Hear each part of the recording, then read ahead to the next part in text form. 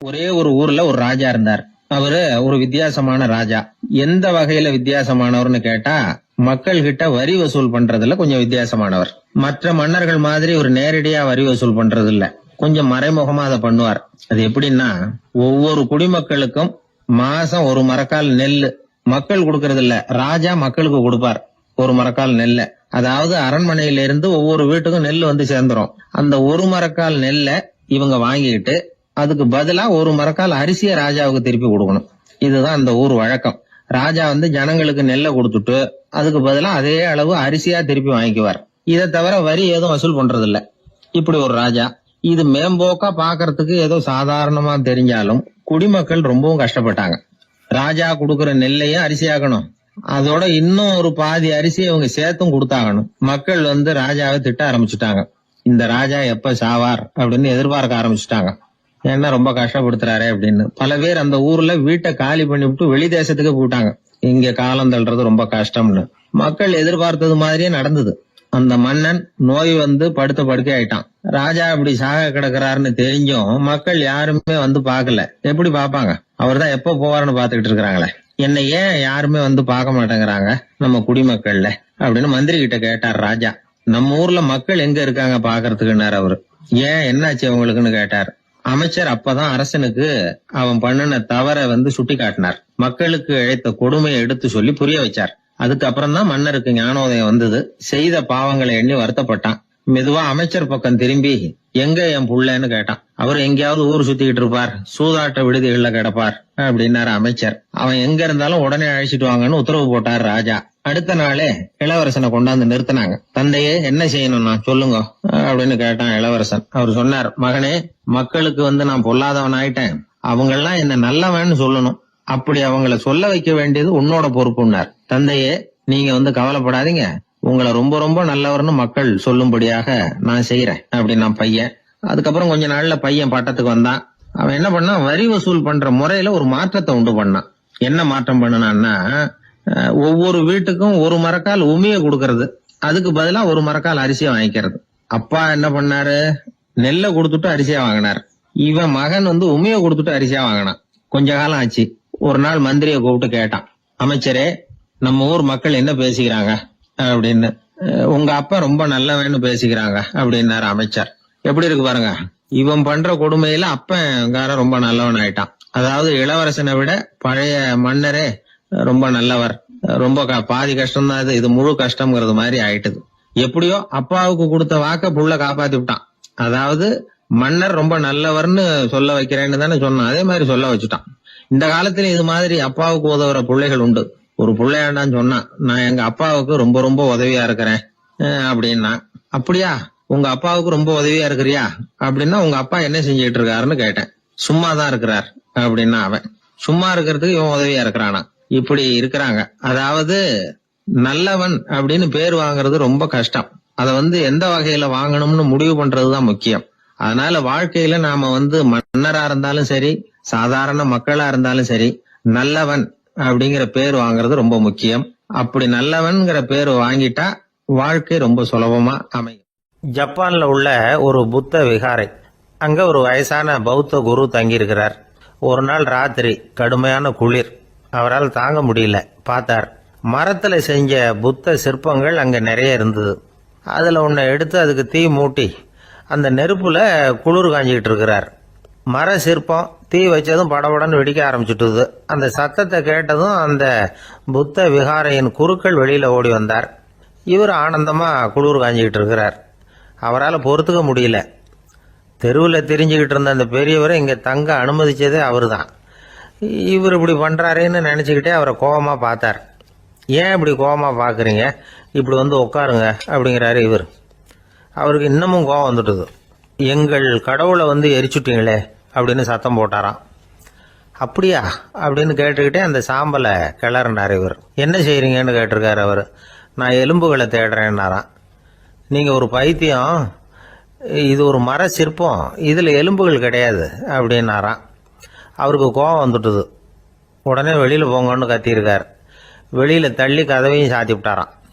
மறுநாள் காலையில கதவை திறந்து பார்த்தா அந்த வயசான பெரியவர் ஒரு மயில்கல் மேல சில காட்டு பூக்களை வச்சு புத்தம் சரணம் கச்சாமின்னு சொல்லிக்கிட்டே இருக்கிறார். இவருக்கு சந்தேகமா போட்டுது. கிட்ட போனார். என்ன செஞ்சுக்கிட்டு இருக்கீங்கன்னு கேட்டார். இது என்னுடைய காலை நேர பிரார்த்தனைனாராம். நிஜமாவே நீங்க ஒரு பைத்தியமா தான் இருக்கணும், ஏன்னா அது ஒரு மைல்கல் அப்படின்னாராம். இப்ப அந்த பெரியவர் சொன்னாராம், நீங்க ஒரு மரத்தை புத்தரா நினைக்கும் பொழுது நான் ஏன் ஒரு மைல்கல்ல புத்தரா நினைக்கக்கூடாது? நான் புத்தரை எரிக்கலாம், ஏன்னா அவரை நான் நேசிக்கிறேன். அந்த சிற்பம் மரத்தால் ஆனதுங்கிறது எனக்கு தெரியும். நான் ஒரு மைல்கல்ல தொழலாம், ஏன்னா அது எனது பூக்களை தாங்குது. நான் இந்த மைல்கல்லுக்குள்ள மறைஞ்சிருக்கிற புத்தரை பார்க்கிறேன். யாராவது ஒரு சிற்பி இதை சிலையாக்கினாதான் நீங்க புத்தரை பார்க்க முடியும். அன்னைக்கு ரொம்ப குளிரா இருந்தது. நான் எனக்குள்ள இருக்கிற புத்தரையும் பாதுகாக்கணும். உள்ளே இருக்கிற புத்தரை காப்பாத்துறதுக்காக வெளியில உள்ள புத்தரை எரிக்கலாம், அதுல ஒன்றும் தப்பு இல்லை. அது அவருடைய போதனையிலேயே இருக்கு. உனக்குள் ஜோதியாக இரு அப்படிங்கிறது அவருடைய போதனை. என்னுடைய புத்தர் குளிர்ல நடுங்கிட்டு இருந்தார்.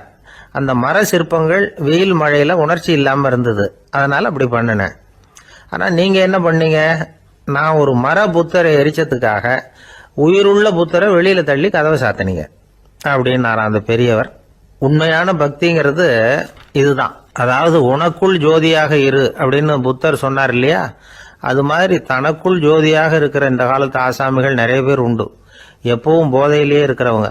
ஒரு நாள் நடு ராத்திரி ஒரு மது கடையில ஒரு ஆள் அங்குள்ள சிப்பந்திகள் கிட்ட கேட்டுக்கிட்டு இருக்கிறான்.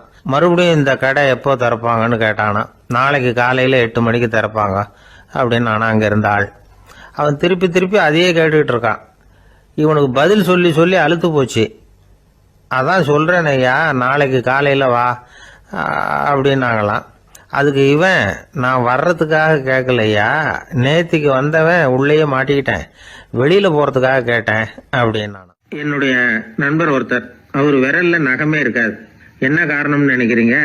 எல்லாத்தையும் அவரே கடிச்சு துப்பிடுவார். அப்படி ஒரு பழக்கம். சின்ன குழந்தைகள் நகம் கடிக்குது, விரல் சூப்புது. இதுக்கு என்ன காரணம் தெரியுமா?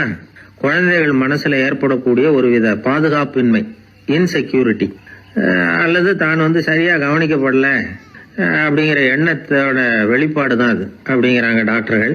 சில இடங்கள்ல 2வது குழந்தை பிறந்த உடனே பெரியவர்கள் கவனம் முதல் குழந்தைகிட்ட இருந்து கொஞ்சம் விலகி 2வது குழந்தைகிட்ட போயிடும். அந்த சமயத்துல முதல் குழந்தைக்கு இந்த பழக்கம் ஏற்படுறதுக்கு வாய்ப்பு உண்டாம். சில குடும்பங்கள்ல கணவன் மனைவி 2 பேருமே வேலைக்கு போறவங்களா இருப்பாங்க. குழந்தை ரொம்ப நேரத்துக்கு பெத்தவங்களை பிரிஞ்சு இருக்க வேண்டிய சூழ்நிலை இருக்கும். குழந்தை ஒரு பாதுகாப்பின்மையை உணர ஆரம்பிக்கும். இந்த பழக்கம் வந்துடும். அதனால ஒரு குழந்தைக்கு தான் ஒதுக்கப்படுறோம் அப்படிங்கிற நினைப்பு வராம பாத்துக்கணும். வளர்ந்த குழந்தைகளும் நகம் கடிக்கும். வயசானவங்க கிட்டயும் இந்த பழக்கம் இருக்கும். இது ஒரு மனச்சிதைவின் வெளிப்பாடு அப்படிங்கிறாங்க மனநல நிபுணர்கள். அம்மா அப்பா திட்டினாலும் சரி, அல்லது ஆசிரியர் திட்டினாலும் சரி, இந்த பழக்கம் வந்துடும். நாம தவறு பண்ணிட்டோம் அப்படிங்கிற நினைப்பு வர்ற சமயம் நகம் கடிக்க ஆரம்பிச்சிருவோம். ஏதோ ஒண்ணு அடையணும் அப்படின்னு நினைக்கிறோம், அதை அடைய முடியல. இப்படி ஒரு ஏக்கம் வர்ற சமயத்திலேயும் சில பேர் நகத்தை கடிக்க ஆரம்பிச்சிருவாங்க. ஒரு பெரிய அதிகாரி, தனியார் நிறுவனத்துல வேலை பார்க்கிறவரு, அவரு டென்ஷன் ஆயிட்டாருன்னா உடனே அறைக்கு அதை சாத்தி விடுவாங்களாம். அவரே சாத்திக்குவாராம். அப்படி சாத்திக்கிட்டு உள்ள எதையாவது வெறிச்சு பார்த்துக்கிட்டே நகத்தை கடிக்க ஆரம்பிச்சிருவாராம். இந்த பழக்கம் உலகம் பூரா உண்டு.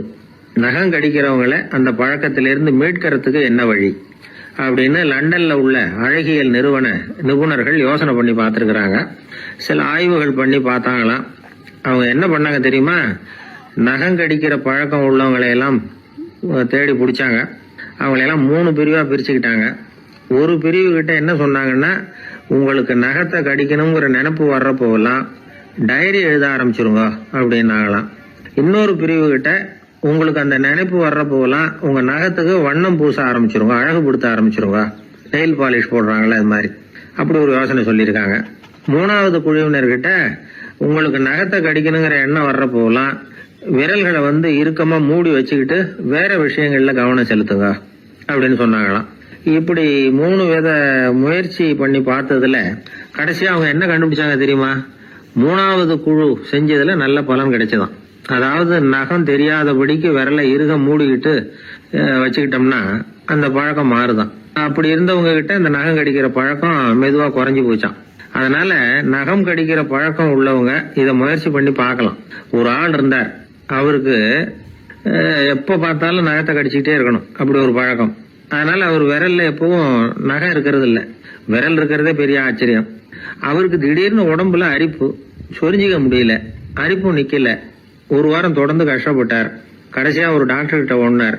அவர் எல்லாத்தையும் விவரமா கேட்டுக்கிட்டு கடைசியா கொஞ்சம் மாத்திரை கொடுத்து வேலைக்கு ஒண்ணு சாப்பிடு அப்படின்னாராம். இந்த மாத்திரை எதுக்கு டாக்டர்? அரிப்பு நிக்கிறதுக்கா அப்படின்னாராம்.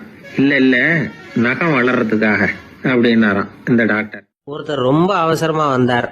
சார், மனுஷன் நிம்மதியா இருக்கிறதுக்கு என்ன வழின்னு கேட்டார். சீக்கிரமா ஒரு கல்யாணத்தை பண்ணீங்க, எல்லாம் சரியா போடும் அப்படின்னோம். அவர் ஒரு மாதிரியா பார்த்தார். ஏற்கனவே எனக்கு கல்யாணம் ஆயிட்டுது சார், அதனால தானே நிம்மதியா இருக்கிறதுக்கு வழி கேட்கறேன் அப்படின்னார். சரி, இவர் ஒரு மாதிரியான கேஸ் அப்படின்னு நினைச்சுக்கிட்டு நம்ம கிட்ட இருந்த ஒரு சின்ன புத்தகத்தை அவர்கிட்ட தூக்கி கொடுத்தோம். இதை படிச்சு பாருங்கன்னு. கல்யாணத்துக்கு பிறகும் சந்தோஷமா இருக்கிறதுக்கு என்ன வழி அப்படிங்கிற கேள்விக்கு அந்த புத்தகத்துல விளக்கம் இருந்தது. கணவன் மனைவிக்குள்ள சிக்கல் வராம இருக்கிறதுக்கு அதுல சில வழிகளை சொல்லி கொடுத்துருக்காங்க. அதெல்லாம் என்னென்ன அப்படிங்கறத இப்ப பாக்கலாமா? குடும்பம்னு இருந்தா கோபம் வரதான் செய்யும், அது வந்துட்டு போட்டும் பரவாயில்ல. ஆனா அந்த கோபம் ஒரே நேரத்துல 2 பேருக்கும் வந்துடாம பாத்துக்கணும். ஒரு சமயத்துல யாராவது ஒருத்தர் தான் கோபப்படணும், அடுத்தவங்க அமைதியா இருக்கணும். அதுக்கப்புறம் இவர் அமைதியான உடனே அவங்க ஆரம்பிச்சுக்கலாம். கோபமா ஏதாவது சொன்னா உடனே கோபமா பதில் சொல்லக்கூடாது. கொஞ்சம் பொறுத்து கோபம் தீர்ந்த உடனே அந்த பதில சொல்லலாம். அப்போ பதில் கோபமா இருந்தா கூட அது அவ்வளவு பெருசா தெரியாது. அற்ப விஷயத்துக்கெல்லாம் காய்ச்சி மூச்சுன்னு கத்திட்டு இருக்க கூடாது. உங்க 2 பேருக்குள்ள ஒரு தர்க்கம் ஆரம்பமாயிட்டுதுன்னு வச்சுக்கோங்க. கடுமையா 2 பேரும் விவாதம் பண்றீங்க. உங்கள ஒருத்தர் இதுல ஜெயிக்கணும்னா அது நீங்களா இருக்க வேணாம், அடுத்தவங்க ஜெயிக்கிறதுக்கு நீங்க துணையா இருங்களேன். அப்படின்னா நீங்க கொஞ்சம் விட்டு கொடுக்கணும், அவ்வளவுதான். ஏதாவது குத்தம் சொல்லணுமா, செஞ்ச தப்ப சுட்டி காட்டணுமா, விமர்சனம் பண்ணணுமா, பண்ணுங்க, வேணான்னு சொல்லல. ஆனா சொன்னதை அப்படி சொல்றத கொஞ்சம் அன்பா இதமா சொல்லுங்க. எப்போ நடந்த தவறுகளை எல்லாம் இப்போ போய் மறுபடியும் ஞாபகப்படுத்திட்டு இருக்க வேண்டாம். நான் அப்பவே சொன்னேன் இந்த புடவை வேணாம்னு, நீங்க தான் கேட்கல, இப்ப பாருங்க கிழிஞ்சு போச்சு இப்படின்னு கத்துனாங்க ஒரு அம்மா. எப்போ சொன்னீங்கன்னு கேட்டா ஒரு 10 வருஷத்துக்கு முன்னாடி தீபாவளி சமயத்துல அப்படிங்கிறாங்க. அது என்ன இன்னும் அப்படியே புதுசாவே இருக்கும்? உங்களுக்கு அவரு தான் பெருசு, அவருக்கு நீங்க தான் பெருசு. அதை விட இந்த உலகத்துல வேற எதுவும் முக்கியம் இல்லைன்னு நினைக்கணும். நீ தான் என்னுடைய உலகம்னு எத்தனை தடவை சொல்லியிருப்பீங்க? அதெல்லாம் வெறும் வசனமா போயிடக்கூடாது. ஏதாவது ஒரு பிரச்சனையை பத்தி கடுமையா விவாதம் பண்ணிட்டு இருக்கீங்க, அதை அப்படியே பாதியில விட்டுட்டு படுக்கைக்கு போயிடக்கூடாது. சொச்சத்தை நாளைக்கு பேசிக்கலாம்னு. அப்படி போனா தூக்கம் வராது. பிரச்சனையை ஒரு முடிவு பண்ணிக்கிட்டு அதுக்கப்புறமா தூங்க போகணும். ஒரு நாள்ல ஒரு தடவையாவது உங்க ஜோடியை பாராட்டி நல்ல விதமா கனிவா ஒரு வார்த்தை சொல்லணும் அப்படின்னு தீர்மானம் பண்ணீங்க. ஏதாவது தப்பு பண்ணிவிட்டீங்கன்னா பரவாயில்ல, அதை ஒத்துக்கிறதுக்கும் மன்னிப்பு கேட்கறதுக்கும் தயாரா இருக்கணும். அது ஒன்றும் கேவலம் கிடையாது. வீட்டுக்குள்ள தானே கேட்க போறீங்க, வெளியில யாருக்கு தெரிய போகுதோ?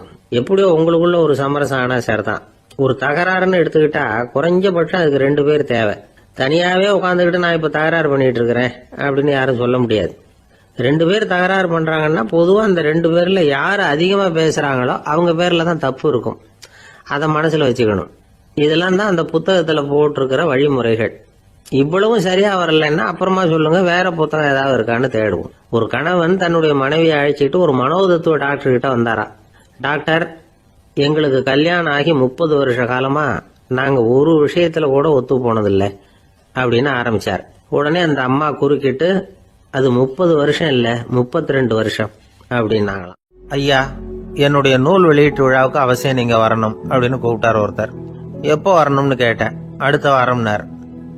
சரி, புத்தகம் தயாராயிட்டுதா அப்படின்னு. நாளைக்கு தான் அச்சிக்க கொடுக்க போறேன்னார். என்னங்க இது, புத்தகம் அச்சிடுறதுக்கு முன்னாடியே அழைப்பிதழை அச்சடிச்சுட்டீங்களே அப்படின்னு கேட்டேன். அதனால என்னங்க, அந்த காலம் மாதிரியா போலாம்? அச்சுக்கலை எவ்வளவோ முன்னேறியாச்சுங்க. Linotype, monotype, phototype, laser, இப்படி என்னென்னமோ வந்தாச்சு. இன்னைக்கு கொடுத்தா நாளைக்கே புத்தகம் தயார் அப்படின்னார். இப்படி இந்த அளவுக்கு முன்னேறி இருக்கிற இந்த அச்சுக்கலை ஆரம்பத்துல எப்படி இருந்தது தெரியுமா? அந்த காலத்துல காகிதம்னா என்னன்னே தெரியாது. அப்படி ஒண்ணு கண்டுபிடிக்கப்படவே இல்லை. அப்பெல்லாம் எதையாவது ஒண்ணு எழுதணும்னா அதுக்கு ஆட்டு தோலை தான் பயன்படுத்தி இருக்கிறாங்க. கண்ணுக்குட்டி தோல் கூட அதுக்கு உபயோகப்பட்டுதான். ஐரோப்பாவில் இருந்த பாதிரியார்கள் தோல் எழுதப்பட்ட புத்தகத்தை தயாரிக்கிறதுல ரொம்ப கெட்டிக்காரங்களாம். எகிப்து, அப்புறம் மத்திய தரைக்கடல் ஓரத்துல உள்ள நாடுகள், இங்க எல்லாம் தோல் தான் எழுது பொருளா பயன்பட்டு வந்திருக்குது. ஆனால் நம்ம நாட்டில் ஓலைச்சுவடிகளை எழுத்துக்கு பயன்படுத்தி இருக்கிறாங்க. எழுதுறதுக்கு தோலை பயன்படுத்தினவங்க பிறகு பேப்பரைஸ் அப்படிங்கிற கோரை புல்லை வந்து அதுக்கு பயன்படுத்தினாங்களாம். இதெல்லாம் அப்படி கொஞ்சம் கொஞ்சமாக கண்டுபிடிச்சிட்டு வந்திருக்கிறாங்க. அந்த புல்லை வந்து கச்சிதமாக நறுக்க வேண்டியது, நல்லா பதப்படுத்த வேண்டியது, அதுக்கப்புறம் அதில் எழுத வேண்டியது, அவ்வளவுதான்.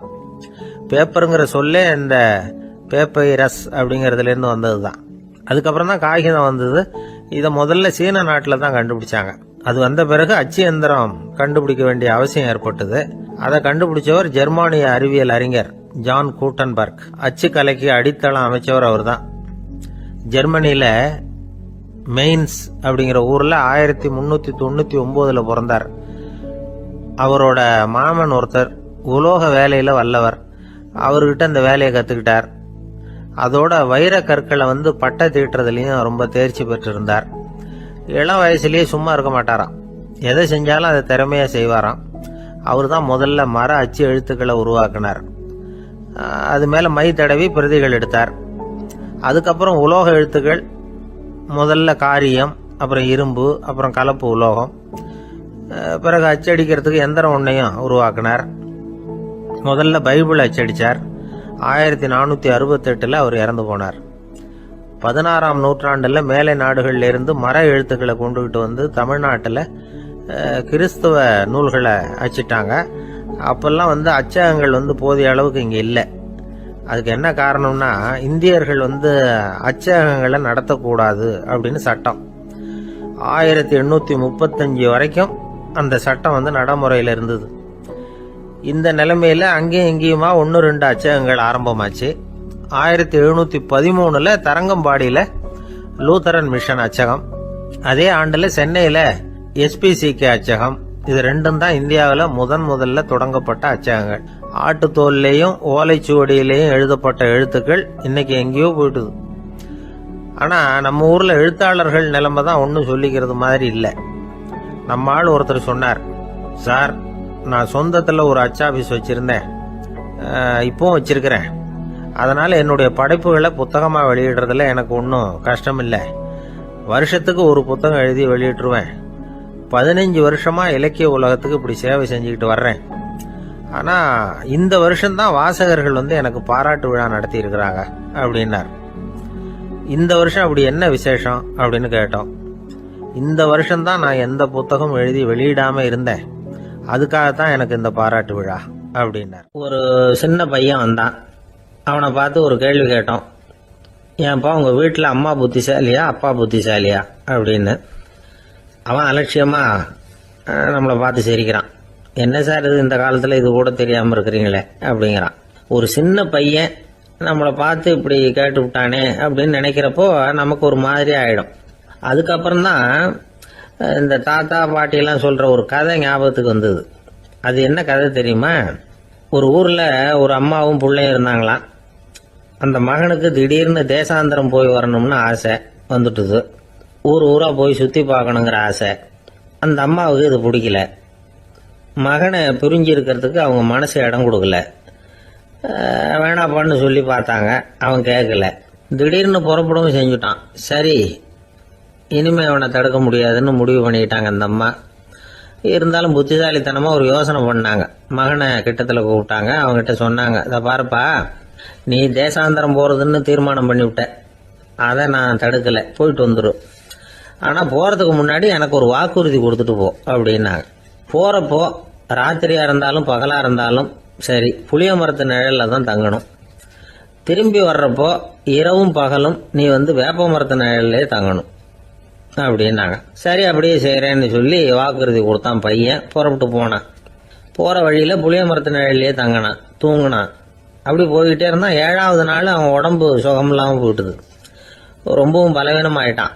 இனிமேல் நடக்க முடியாதுங்கிற நிலைமை வந்துட்டுது. யோசிச்சு பார்த்தான். சரி, இதுக்கு மேலே வந்து போக வேண்டாம் அப்படின்னு முடிவு பண்ணிட்டு திரும்பி வர ஆரம்பிச்சுட்டான். திரும்பி வர்றப்போ வழியில் வேப்ப மரத்து நிழல்லையே தங்கி வந்தான். நாளுக்கு நாள் உடம்பு சரியாக வந்துட்டுது. 7ஆவது நாள் வீட்டுக்கு வந்து சேர்றான். உடம்பு பழையபடியே கலகலப்பாயிட்டுது. பூரண சுகம். தேசாந்திரம் போன பையன் திரும்பி வந்துட்டானே அப்படின்னு அந்த அம்மா ஆச்சரியப்படலை. ஏன்னா அவங்களுக்கு தெரியும் இப்படி ஆகும்னு. பையன் சீக்கிரமாக திரும்பி வரணுங்கிறதுக்காக தான் அவங்க அந்த யோசனையை சொன்னாங்க. என்ன விஷயம்ங்கிறதையும் அவங்களே சொன்னாங்க. மகனே, புளிய மரத்து நிழல் உடம்புக்கு உஷ்ணத்தை கொடுக்கும், சீக்க உண்டாக்கும். அதனால நீ தொடர்ந்து புளிய மரத்து நிழலில் தங்கினாவே நோய்க்கு ஆளாயிட்டதுனால நல்ல பயணத்தை முடிச்சுக்கிட்டு திரும்பி வரணுங்கிற முடிவுக்கு வந்துட்ட. திரும்பி வர்றப்போ நீ தங்கினது வேப்ப மரத்து நிழல். அது உடம்புக்கு குளிர்ச்சியை தரக்கூடியது, நோயை தீர்க்கக்கூடியது. அதனால சுகமா வீட்டுக்கு சேர்ந்துட்ட. உன்னோட தேசாந்திர பயணத்தை தடுக்கிறதுக்காக தான் இப்படி பண்ணினேன் அப்படின்னாங்களாம் அந்த அம்மா. பாத்தீங்களா அம்மாவோட புத்திசாலித்தனத்தை? அப்பா இருந்தா இப்படியா பண்ணுவார்? ஒரு அப்பா பையன்கிட்ட 10 ரூபா கொடுத்து இதை எடுத்துக்கிட்டு அடுத்த ஊருக்கு போய் அங்க இருக்கிற மாமா கிட்ட இதை கொடுத்துட்டு வாடா, வழியில எங்கேயாவது மரத்தடியில படுத்து தூங்கி விடாதே அப்படின்னு எச்சரிக்கை பண்ணி அனுப்புனாராம். பையனுக்கு எச்சரிக்கையா வாழறது எப்படிங்கறத கத்து கொடுக்கறதுக்காக இப்படி பண்ணார். அவன் பணத்தை வாங்கிட்டு போனான். அப்பா சொன்னதை மறந்துட்டு ஒரு மரத்தடியில படுத்து தூங்கிட்டான். அவனுக்கு தெரியாம அவன் பின்னாடியே போன அப்பா அவன் கையில இருந்த அந்த 10 ரூபாயை நைஸா எடுத்துட்டு வந்துட்டார். அவன் பையில தானே வச்சிருந்தான், அது தெரியாம எடுத்துட்டு வந்துட்டார். அவன் தூங்கிட்டு இருக்கான். எடுத்துட்டு ஒரு மறுபடியும் வீட்டுக்கு வந்துட்டார். பையன் முழிச்சுக்கிட்டு பைய தடவி பார்க்கறான், பணத்தை காணும். அழுதுகிட்டே திரும்பி வந்தான். அப்பா கிட்ட விஷயத்த சொன்னான். அப்பா சிரிச்சுக்கிட்டே சொன்னார், அதுக்குதான்ப்பா ஆரம்பத்திலேயே எச்சரிக்கை பண்ணினேன், இனிமேலாவது நீ ஜாக்கிரதையா இருக்கணும் அப்படிங்கறதுக்காக தான் இப்படி பண்ணினேன். அந்த பணம் எங்கேயும் போயிடல, நான் தான் அதை உனக்கு தெரியாம எடுத்து வச்சிருக்கிறேன். இதோ பாரு அப்படின்னு சொல்லிட்டு சைடு பாக்கெட்ல கையை விட்டா அது ஓட்டையா இருக்கு. அதை எவனோ ஏற்கனவே கத்திரிச்சு எடுத்துட்டு போட்டான். இப்ப அப்பா முகத்துல அசடு வழிஞ்சுதான். கடற்கரை ஓரமா ஒரு பெரியவர் கையால மணலை கீறிக்கிட்டே உட்காந்துருக்கிறார். என்னத்தையும் தேடிட்டு இருக்கிறது மாதிரி தெரிஞ்சது. மெதுவா கிட்டத்துல போய் என்னத்தை தேடிட்டு இருக்கிறீங்க அப்படின்னு கேட்டோம். அவரு சாவகாசமா நிமிந்து பார்த்து நிம்மதியை தேடிட்டு இருக்கிறேன்னார். நாங்க ஒரு மாதிரி ஆயிட்டோம். இருந்தாலும் சமாளிச்சுக்கிட்டு, சார் மணல்ல கிழிஞ்சல் தான் கிடைக்கும், நிம்மதி கிடைக்காது அப்படின்னோம். சரி, இன்னைக்கு வசமா நம்ம கிட்ட ஒரு ஆள் மாட்டிக்கிட்டார் அப்படின்னு நினைச்சு அவர் பக்கமா போய் உட்காந்துக்கிட்டு கதை சொல்ல ஆரம்பிச்சிட்டோம். ஒரு பெரிய மன்னர் இருந்தார். அவருக்கு எல்லா வசதியும் இருந்தது. இருந்தாலும் ஒரே ஒரு குறை. அது என்னன்னா நிம்மதி இல்லைங்கிற குறை. அரண்மனையில தினமும் கலை நிகழ்ச்சி, நாட்டியம் எல்லாம் நடந்துகிட்டு தான் இருந்தது. இருந்தாலும் நிம்மதி இல்லை. சரி, நிம்மதி எங்க கிடைக்கும் அப்படின்னு தேட ஆரம்பிச்சார். உடனே அதுக்கான முயற்சிகள்ல தீவிரமா இறங்கினார். நாட்டுல உள்ள தத்துவ மேதைகளை எல்லாம் கூப்பிட்டுட்டு வர சொன்னார். எல்லாரும் சேர்ந்தாங்க. அவங்கள பார்த்து நிம்மதி எங்க இருக்குது அப்படின்னு விசாரிச்சார். அவங்களுக்கு அது தெரிஞ்சா ஏன் இப்படி ராஜா முன்னாடி நின்றுட்டு இருக்க போறாங்க? ராஜாவோட கேள்விக்கு ஒவ்வொருத்தரும் ஒவ்வொரு மாதிரி விளக்கம் கொடுக்க ஆரம்பிச்சிட்டாங்க. எந்த பதிலும் ராஜாவுக்கு திருப்தி அளிக்கக்கூடிய அளவுக்கு இல்ல. சரி, போயிட்டு வாங்கன்னு சொல்லி அவங்கள எல்லாம் அனுப்பி வச்சுட்டார். ஒரு நாள் அவர் மாளிகையில உப்பரிகையில நின்றுட்டு இருக்கிறார். அந்த சமயத்துல தெருவுல ஒரு பிச்சைக்காரன் ரொம்ப உல்லாசமா பாட்டு பாடிக்கிட்டே போயிட்டு இருக்கிறான். குரல்ல ஒரு சந்தோஷம், நடையில ஒரு மிடுக்கு. அவன்கிட்ட கொஞ்சம் கூட கவலை இருக்கிறதா தெரியல. உடனே ராஜா அதை பார்த்தார். ஏவலாளிகளை கைதட்டி கூப்பிட்டார். உடனே ஓடி போய் அந்த பிச்சைக்காரனை இங்க அழைச்சிட்டு வாங்கன்னு உத்தரவு போட்டார். இவங்க உடனே ஓடி போய் அவனை கூப்பிட்டாங்க. அரண்மனைக்கு வாழ்ந்தாங்க. அவன் வரல. அரண்மனைக்குள்ள அடி எடுத்து வைக்க மாட்டேன்னு சொல்லிவிட்டான். ராஜா கிட்ட விஷயத்த சொன்னாங்க. அவருக்கு ரொம்ப ஆச்சரியம், இப்படி ஒரு ஆள் இருக்கிறானா அப்படின்னு. சரி, அவன் என்னதான் சொல்றான் அப்படின்னு விசாரிச்சார். இவன் மறுபடியும் தெருவுக்கு போய் கேட்டாங்க. என்ன பார்க்கணும்னா ராஜா விருப்பப்பட்டாருன்னா அவரை வேணும்னா இங்க வர சொல்லுங்க அப்படின்னு சொல்லிவிட்டான். அதை ராஜா கிட்ட சொன்னாங்க. அவருக்கு கோபம் வரல. இவ்வளவு சுதந்திர உணர்வோட இருக்கிறவன் சாதாரண ஆளா இருக்க முடியாது அப்படின்னு நினைச்சார். உடனே கிடுகிடுன்னு இறங்கி தெருவுக்கு வந்தார். பிச்சைக்காரங்கிட்ட போனார். நீ கவலைப்படாம சந்தோஷமா பாடிட்டு போறியே, அது எப்படி முடியுது உன்னால அப்படின்னு கேட்டார். ஏன் அப்படி கேக்குறீங்கன்னா அவன், அதுக்கு இல்ல, எனக்கு அரண்மனையில எவ்வளவோ சுகபோகங்கள்லாம் இருக்கு, இருந்தாலும் நிம்மதி இல்ல. இது ஏன்னு எனக்கு தெரியல. இந்த தேசத்துல உள்ள அறிஞர்களை எல்லாம் கூப்பிட்டு கேட்டு பார்த்துட்டேன், அவங்களுக்கும் தெரியல. உன்னை கேட்டா தெரியும்னு நினைச்சேன், அதனாலதான் சந்திக்கிறதுக்கு ஆசைப்பட்டேன். ஆனா நீ வரமாட்டேன்னுட்டியே அப்படின்னார். பிச்சைக்காரன் கடகடன்னு சிரிக்க ஆரம்பிச்சுட்டான். மகிழ்ச்சிக்கும் உங்களுக்கும் தடையா இருக்கிறது இந்த மாளிகை தான். இதை விட்டுட்டு வெளியில வந்துட்டா நிம்மதி தேடிட்டு வந்துரும்னா. நான் அரசன், எனக்குன்னு கடமைகள் இருக்கு, அதையெல்லாம் விட்டுட்டு எப்படி வர முடியும்னார் ராஜா. ரெண்டும் ஒரே நேரத்துல கிடைக்கணுங்கிறது முடியாத காரியம். உங்க சுகபோகத்துக்கு விலையாதான் உங்க நிம்மதியை கொடுத்துக்கிட்டு இருக்கிறீங்க. என்ன பாருங்க, என்கிட்ட எதுவும் இல்ல, அதனால எதுவும் போயிடுமோங்கிற பயமும் இல்ல, நிம்மதியா இருக்கிறேன் அப்படின்னா அவன். ராஜா உடனே சந்தோஷப்பட்டு தன்னுடைய மேலங்கியை எடுத்து அவனுக்கு பரிசா கொடுத்தாரான். அவன் சிரிச்சுக்கிட்டே அதை வாங்க மாட்டேன்னு விட்டானான். இதை நீங்க எனக்கு கொடுக்கறதுனால எந்த பயனும் இல்ல, அதே நேரத்துல அதை வாங்கிட்டேன்னா அடுத்த வினாடியிலிருந்து அதை எப்படி காப்பாத்துறதுங்கிற கவலை எனக்கு வந்து சேர்ந்துரும். அப்புறம் தூக்கம் வராது, நிம்மதி போயிடும் அப்படின்னு நானா சொல்லிவிட்டு அவன் பாட்டுக்கு சந்தோஷமா பாடிக்கிட்டே போயிட்டான். நிம்மதி எங்க இருக்குங்கிறதையும் ராஜா தெரிஞ்சுக்கிட்டார். அந்த இடத்துக்கு தன்னால போக முடியாதுங்கிறதையும் அவர் புரிஞ்சுக்கிட்டார். இப்படி இந்த கதைய அந்த கடற்கரையில மணலை கீறிக்கிட்டே உட்கார்ந்துருந்தார அந்த பெரியவர்கிட்ட சொல்லி முடிச்சோம். அவர் முகத்துல ஒரு தெளிவு தெரிஞ்சது. எங்களை நிமிர்ந்து பார்த்தார். ரொம்ப நன்றிங்க, இப்ப எனக்கு தெரிஞ்சு போச்சு. நிம்மதி வேணும்னா அதுக்கு என்ன பண்ணணும்னு இப்ப நல்லா புரிஞ்சுக்கிட்டேன் அப்படின்னார். என்ன புரிஞ்சுக்கிட்டீங்கன்னு கேட்டோம். இனிமே இந்த பக்கம் வந்தா உங்க கண்ணுல படாத இடமா பார்த்து உட்காரணும்னு புரிஞ்சுக்கிட்டேன் அப்படின்னார். ஒரு ஆளு ராமகிருஷ்ணரை தேடி வந்தான். அவன் கையில 1000 பொற்காசுகள் வச்சிருந்தான். அதை அவர்கிட்ட கொடுத்து இதை ஏத்துக்கணும் அப்படின்னு ரொம்ப பணிவா கேட்டுக்கிட்டான். அவரு பார்த்தார், இது எனக்கு தேவையில்லை, ஆனாலும் உன்னுடைய மனசை புண்படுத்துறதுக்கு நான் விரும்பலை, அதனால நீ கொடுக்கறத வாங்கிக்கிறேன்னார். வாங்கிக்கிட்டார். அப்புறம் கேட்டார், இதை பாரு, இனிமே இதெல்லாம் என்னுடைய இதுதானே அப்படின்னார். ஆமா, அதையெல்லாம் நான் உங்களுக்கே கொடுத்துட்டேன். அவன் சரி, இப்ப நீ எனக்காக ஒரு காரியம் பண்ணணும்னார். என்ன செய்யணும்னு சொல்லுங்கன்னா, இந்த நாணயங்களை எல்லாம் எடுத்துக்கிட்டு போய் கங்கை நதியில எரிஞ்சுட்டு வா அப்படின்னார். இவனுக்கு அதிர்ச்சியா போச்சு. என்ன பண்றது, இனிமே அது முடியாதுன்னு சொல்ல முடியாது. ஏன்னா அந்த நாணயங்களை எல்லாம் அவருக்கே கொடுத்துட்டான். இனிமே அதெல்லாம் இவனுடையது இல்லை. பேசாம அவ்வளவையும் அள்ளிக்கிட்டு ஆத்தங்கரைக்கு போனான். போனவன் ரொம்ப நேரம் திரும்பியே வரல. ராமகிருஷ்ணருக்கு சந்தேகம், என்ன ஆச்சு அந்த மனுஷனுக்கு, காசுகளோட அந்த கங்கையில குதிச்சுட்டானா, போகும்பொழுதே ஒரு மாதிரியா தான் போனான், போய் என்னன்னு பார்த்துட்டு வாங்க அப்படின்னார். அங்க இருந்த ஒருத்தர் ஓடி போய் பார்த்தார். அவர் போய் பார்க்கும் பொழுது அவன் அங்கே இருந்தான். அதுக்கப்புறம் அவர் திரும்பி வந்தார். வந்து விவரத்தை சொன்னார். அதாவது அவன் கங்கை கரையில உட்காந்துக்கிட்டு ஒவ்வொரு நாணயமா 1 2ன்னு எண்ணி எண்ணி வீசிக்கிட்டு இருக்கிறான். அவனை சுத்தி ஒரு கும்பல் நின்றுகிட்டு அவனை தடுத்துக்கிட்டு இருக்குது அப்படின்னு விவரத்தை சொன்னார் போயிட்டு வந்தவர். இதை கேட்டதும் ராமகிருஷ்ணரே புறப்பட்டு அங்க போனாராம். என்ன இப்படி பண்ணிட்டு இருக்கிற, நான் உன்னை அந்த நாணயங்களை கங்கையில வீசி எறிய சொன்னேன், நீ ஏன் அதை எண்ணிக்கிட்டு இருக்கிற அப்படின்னார். பழக்கம்தான் காரணம், நான் ஒவ்வொரு நாளும் ஒவ்வொன்றா சேமிச்சு வச்சேன்.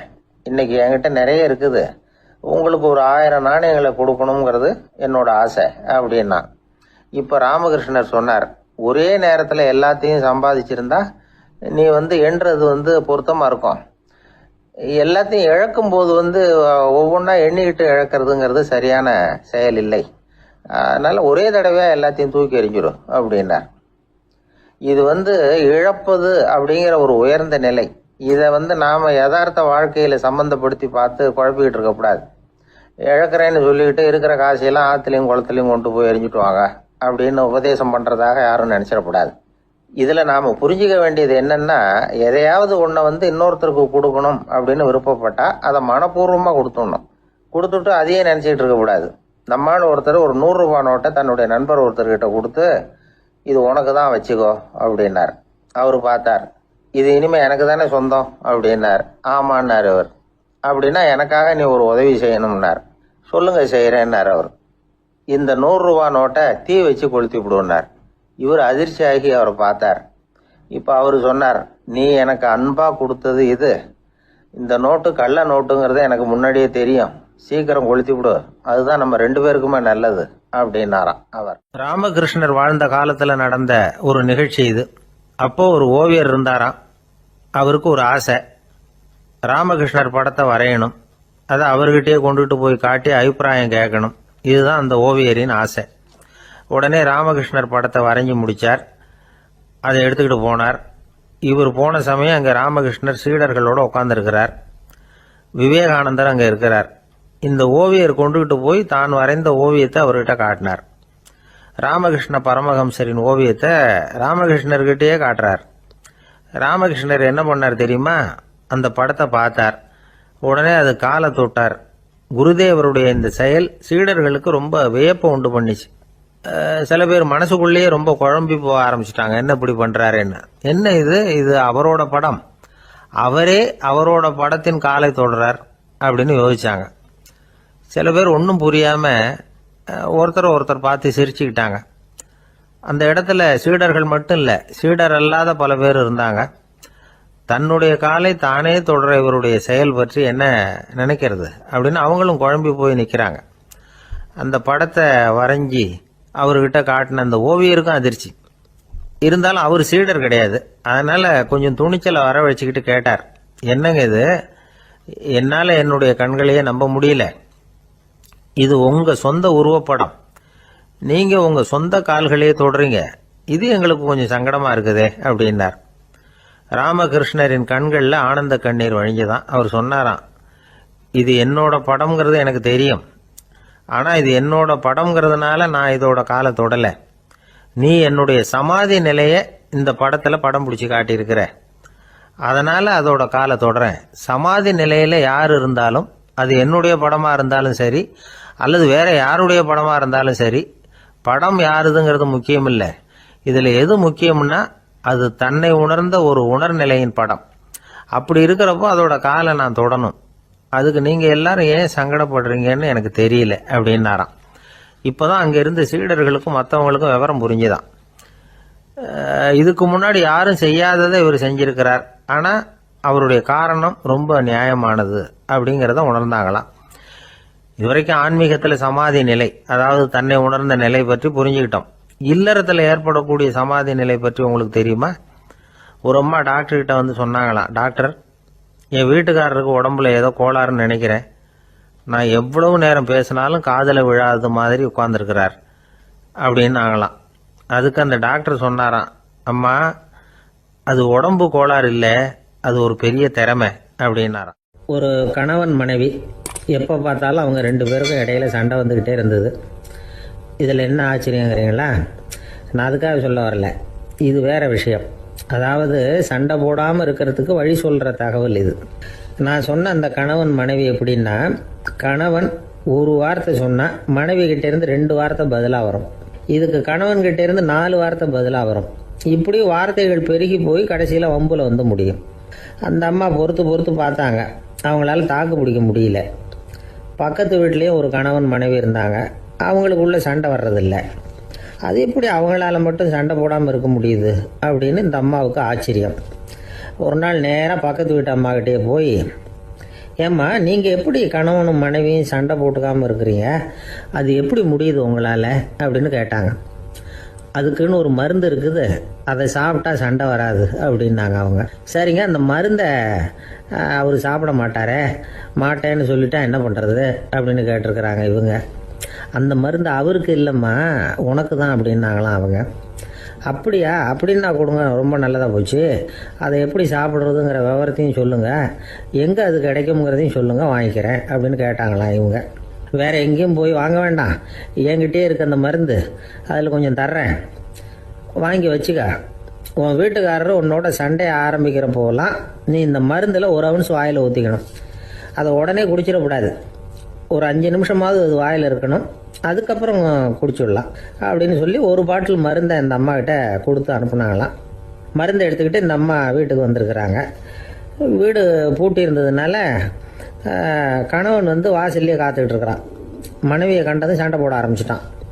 வீட்டை பூட்டி விட்டு எங்கே போய் தொலைஞ்ச, எவ்வளோ நேரமாக ஒரு மனுஷன் வாசல்லையே காத்துட்டு கிடக்கிறது அப்படி இப்படின்னு கத்த ஆரம்பிச்சிட்டான். மனைவி இதுக்கு பதிலே சொல்லலை. அந்த அம்மா பேசாமல் வீட்டை திறந்தாங்க, சமையல் அறைக்குள்ளே போனாங்க, ஒரு அவுன்ஸ் மருந்தை வாயில் ஊற்றிக்கிட்டாங்க. அன்னைக்கு சண்டை வந்து மேற்கொண்டு வளரவே இல்லை, நின்றுட்டுது. மருந்து பரவாயில்ல. அதுக்கப்புறம் பல சந்தர்ப்பங்களில் சண்டை வரும் போல் இருக்கிற போலாம் இந்த மருந்து அதை நிறுத்தியிருக்கு. பிரமாதமான மருந்தாக இருக்குது இதை கொஞ்சம் அதிகமாகவே வாங்கி வீட்டில் வச்சுக்க வேண்டியது தான் அப்படின்னு முடிவு பண்ணிட்டு இந்த அம்மா மறுபடியும் பக்கத்து வீட்டு அம்மாக்கிட்ட போனாங்க.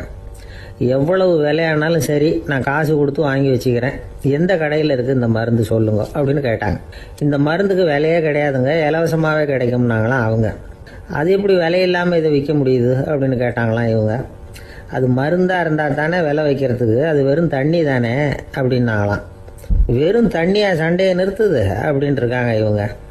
அது சண்டையை நிறுத்தலை, உன்னோட மௌனம் தான் சண்டையை நிறுத்துது.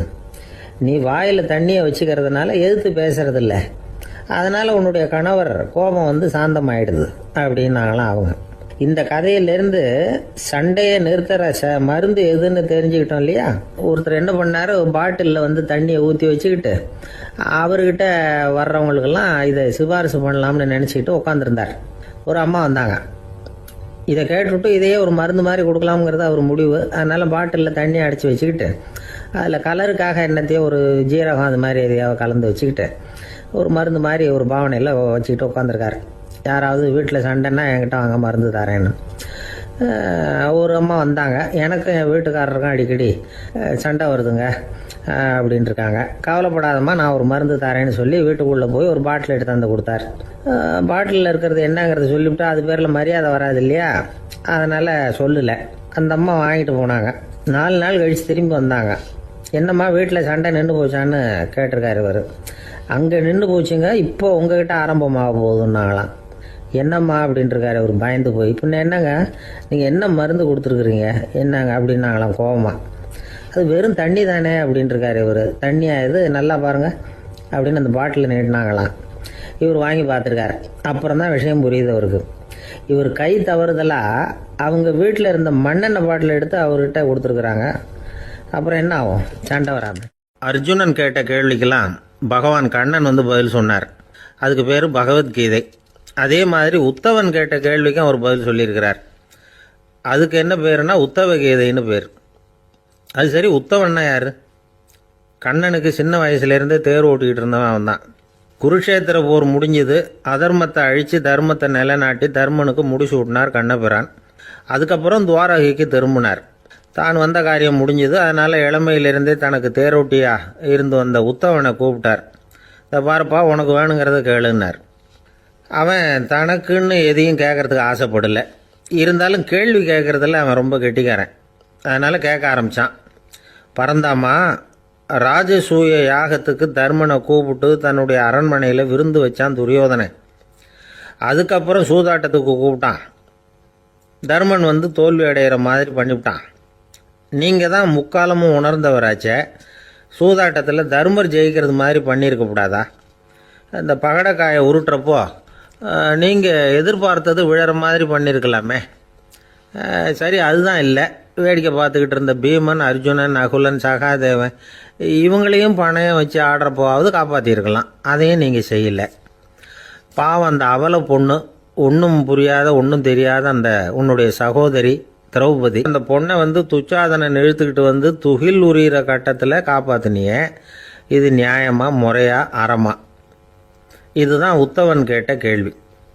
இதுக்கு பரந்தாமன் பதில் சொல்கிறார். அப்படி கேள் உத்தவா, தருமனை வந்து துரியோதனன் வந்து சூதாட அழைக்கும் பொழுது என்ன சொன்னான் தெரியுமா? நான் பணையம் வைக்கிறேன், எனக்கு பதிலாக என்னுடைய மாமன் சகுனி பகடக்காய்களை உருட்டுவான்னு சொன்னான். உடனே தருமன் எனக்கு பதிலாக என்னுடைய மைத்துனன் கண்ணன் வந்து பகடக்காய்களை உருட்டுவான்னு சொல்லியிருக்கலாமே. அப்படி சொல்லலை. என்ன செஞ்சான் தெரியுமா? துரியோதனன் கூட சூதாட்டத்துக்கு சம்மதிச்சிட்டோம், கடவுளே இது என்னுடைய மைத்துனன் கண்ணபிரானுக்கு தெரியக்கூடாது அப்படின்னு வேண்டிக்கிட்டான்.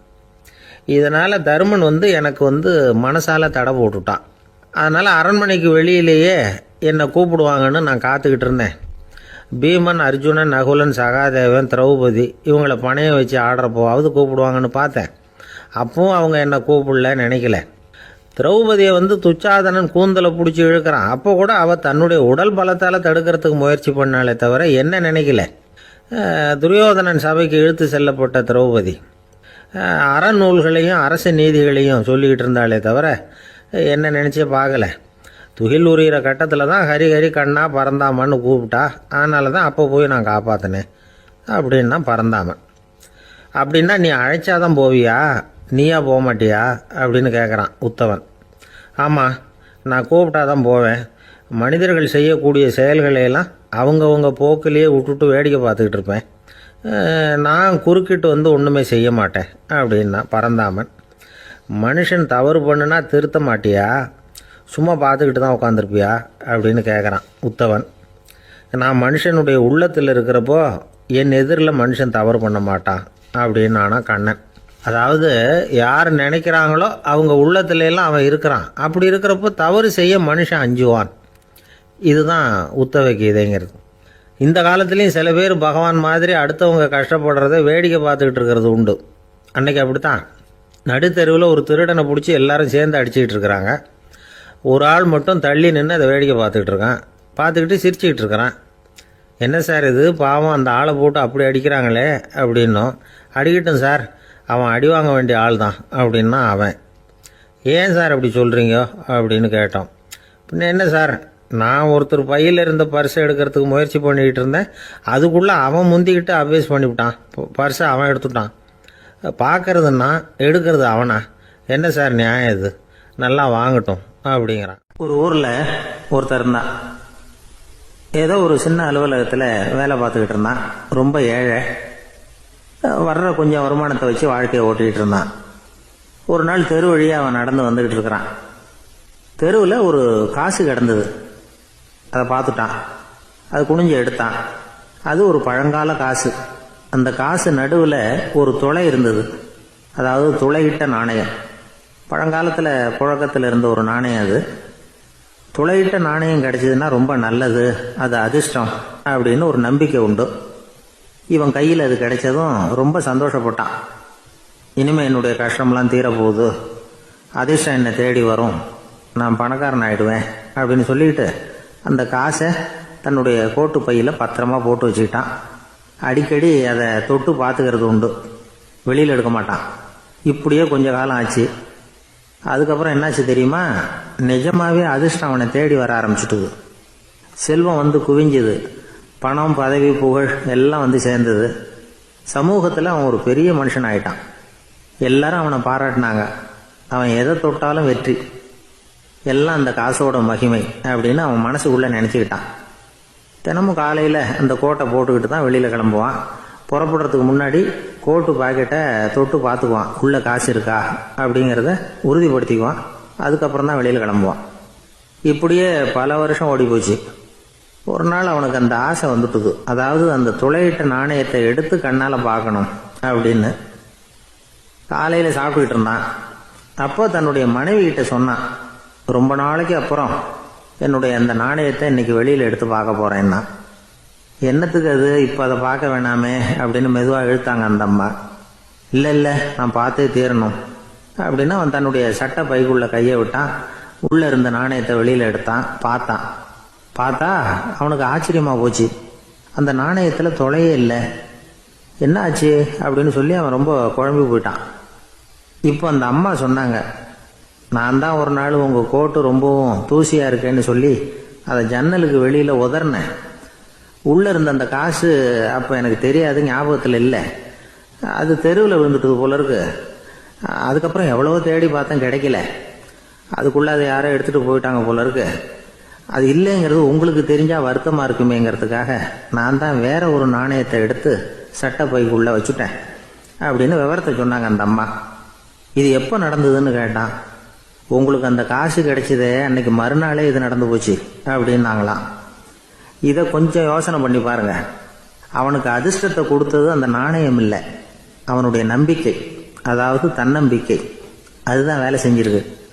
இதிலிருந்து நாம் தெரிஞ்சுக்க வேண்டியது என்னன்னா, வாழ்க்கையில் முன்னேற நினைக்கிறவங்களுக்கு தன்னம்பிக்கை ரொம்ப முக்கியம். அது இல்லைன்னா முன்னேற முடியாது. ஒருத்தன் சொன்னானா, நான் எப்பவுமே என்னதான் சார் நம்புவேன், மற்றவங்கள நம்ப மாட்டேன். நேற்றுக்கு பாருங்க, திடீர்னு 10 பேர் என்ன அடிக்க வந்துட்டாங்க, நான் ஒருத்தனாவே அதை சமாளித்தேன் அப்படின்றான் ரொம்ப பெருமையா. அது எப்படின்னு கேட்டாங்களாம். ஒரே ஓட்டமாக அங்கேருந்து ஓடி வந்துட்டேன் அப்படின்னு. ரொம்ப நாளைக்கு முன்னாடி ஒரு நாள் கோவலன் நாடகம் நடந்தது. எங்க மதுரையில் நடந்தது. அதில் ஒரு முக்கியமான கட்டம். கண்ணகி கிட்ட சிலம்ப வாங்கிக்கிட்டு அதை விற்கிறதுக்காக மதுரை நகருக்கு புறப்படுறான் கோவலன். அந்த சமயத்தில் கண்ணகி பாடுற மாதிரி ஒரு நாடக பாடல் நாடக ஆசிரியர் எழுதினது.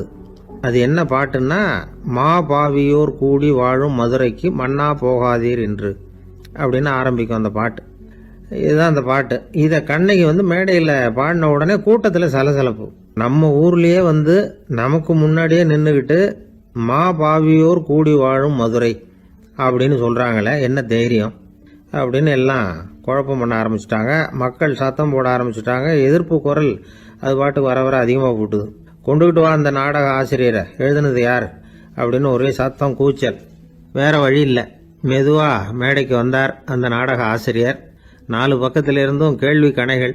மக்களை பார்த்து கொஞ்சம் அமைதியா இருங்கோ அப்படின்னு சொல்லிவிட்டு தன்னுடைய விளக்கத்தை சொல்ல ஆரம்பிச்சார் அந்த நாடக ஆசிரியர். மா அப்படின்னு சொன்னா திருமகளாகிய லட்சுமி அப்படின்னு அர்த்தம். பா அப்படின்னா கலைமகளாகிய சரஸ்வதி. வி அப்படின்னா மலைமகளாகிய பார்வதி. மா பாவியோர் அப்படின்னா திருமகளும் கலைமகளும் மலைமகளும் இவங்க மூவரும் அப்படின்னு அர்த்தம்.